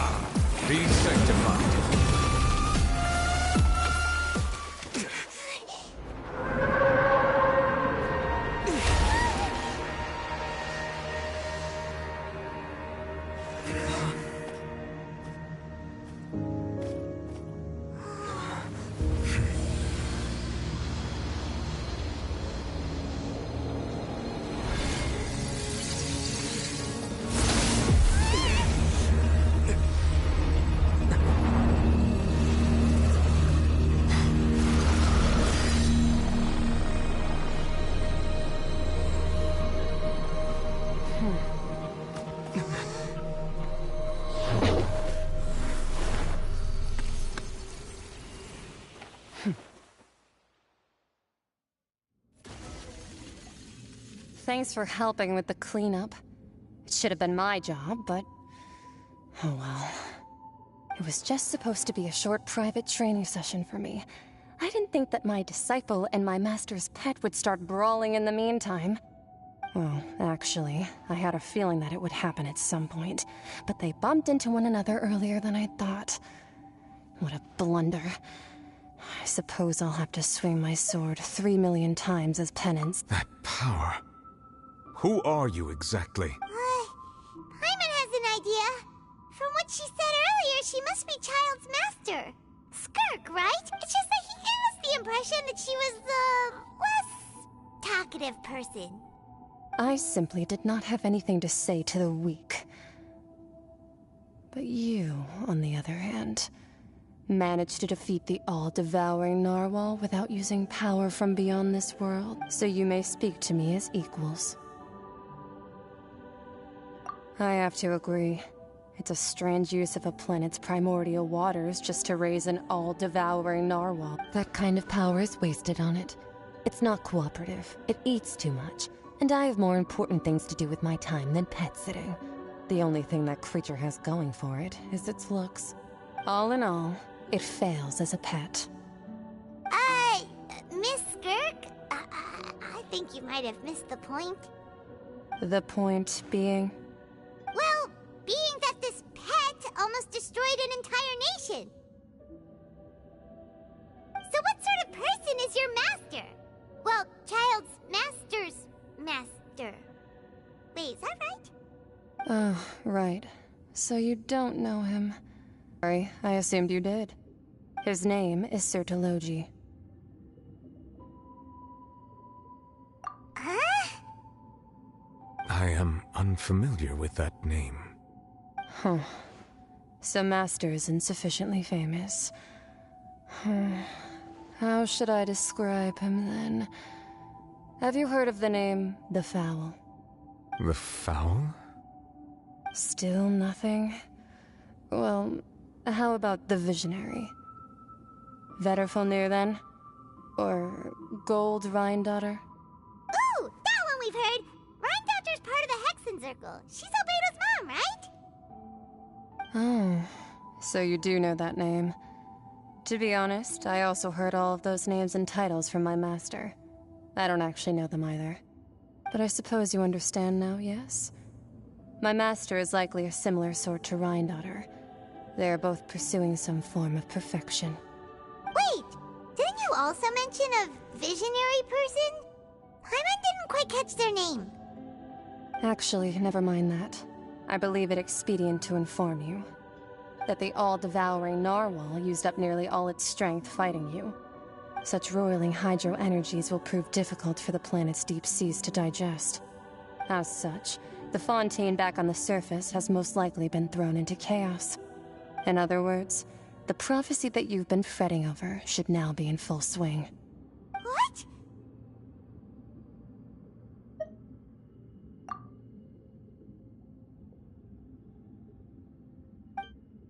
Not to worry.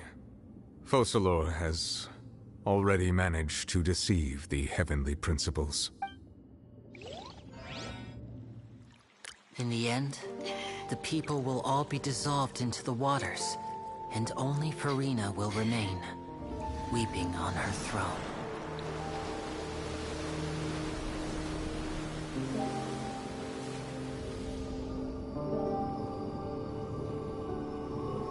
Only then will the sins of the people of Fontaine be washed away.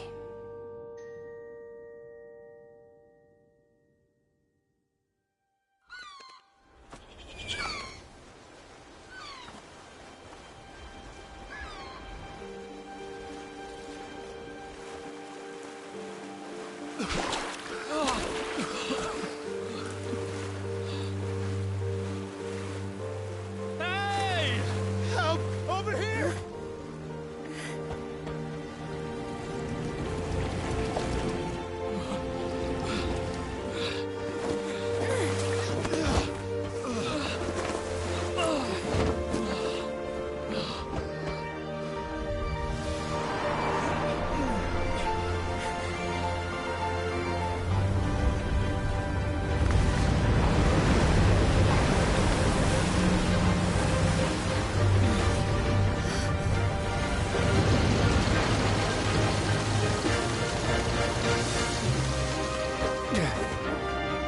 initiate emergency rescue!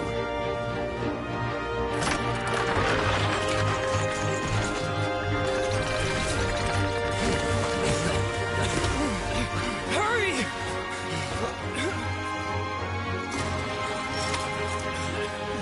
Hey, lend a hand!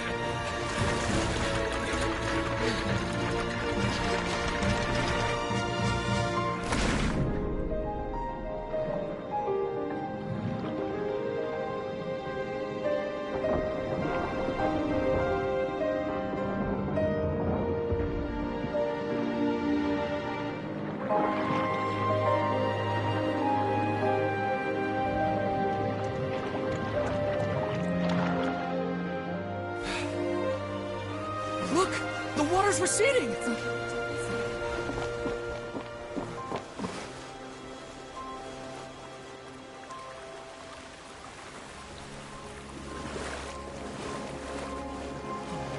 It's a miracle! Water's receding. We didn't dissolve. The prophecy was wrong. The prophecy was wrong.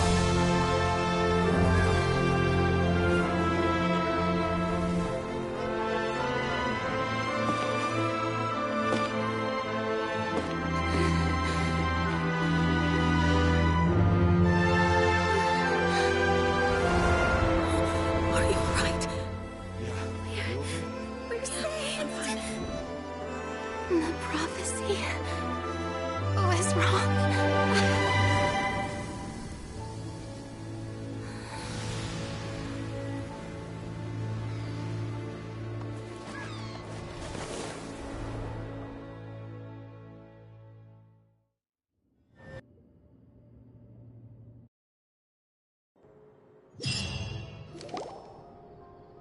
The soil renewed.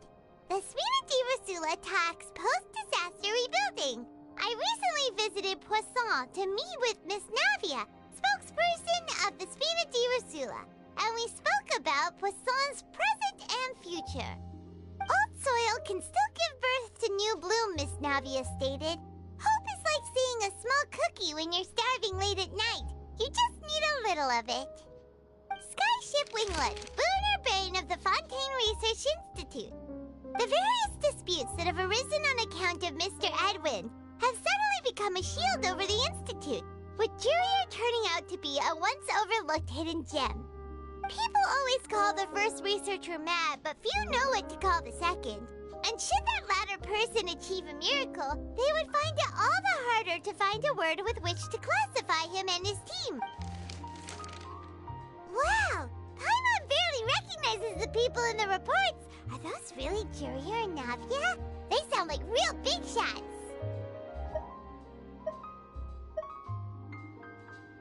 What do you think? Pretty enthralling, huh?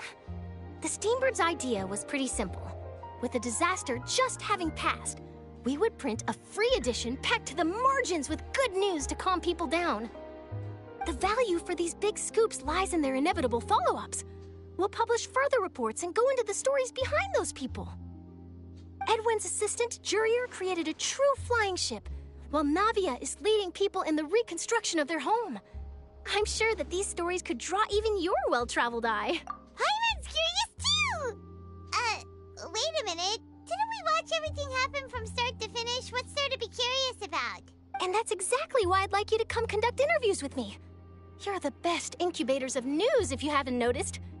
And also, with you around, I'm sure I'll get to see that Duke. Are you sure? Hasn't he turned you down several times already? Oh, this time will be different. Come on! Let's head to Poisson first, and then make a trip to the fortress. There are some things you'll only know when you get there.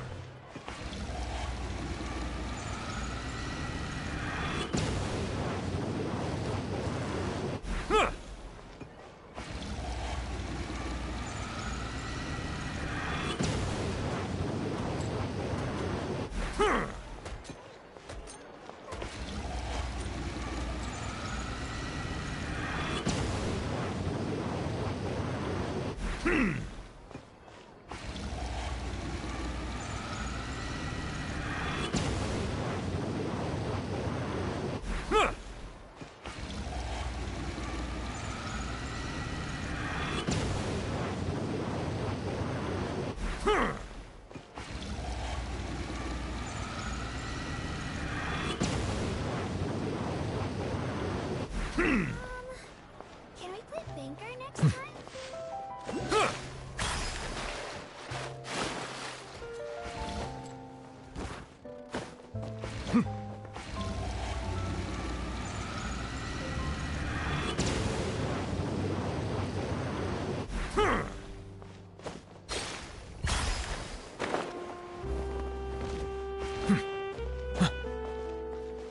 Settle down!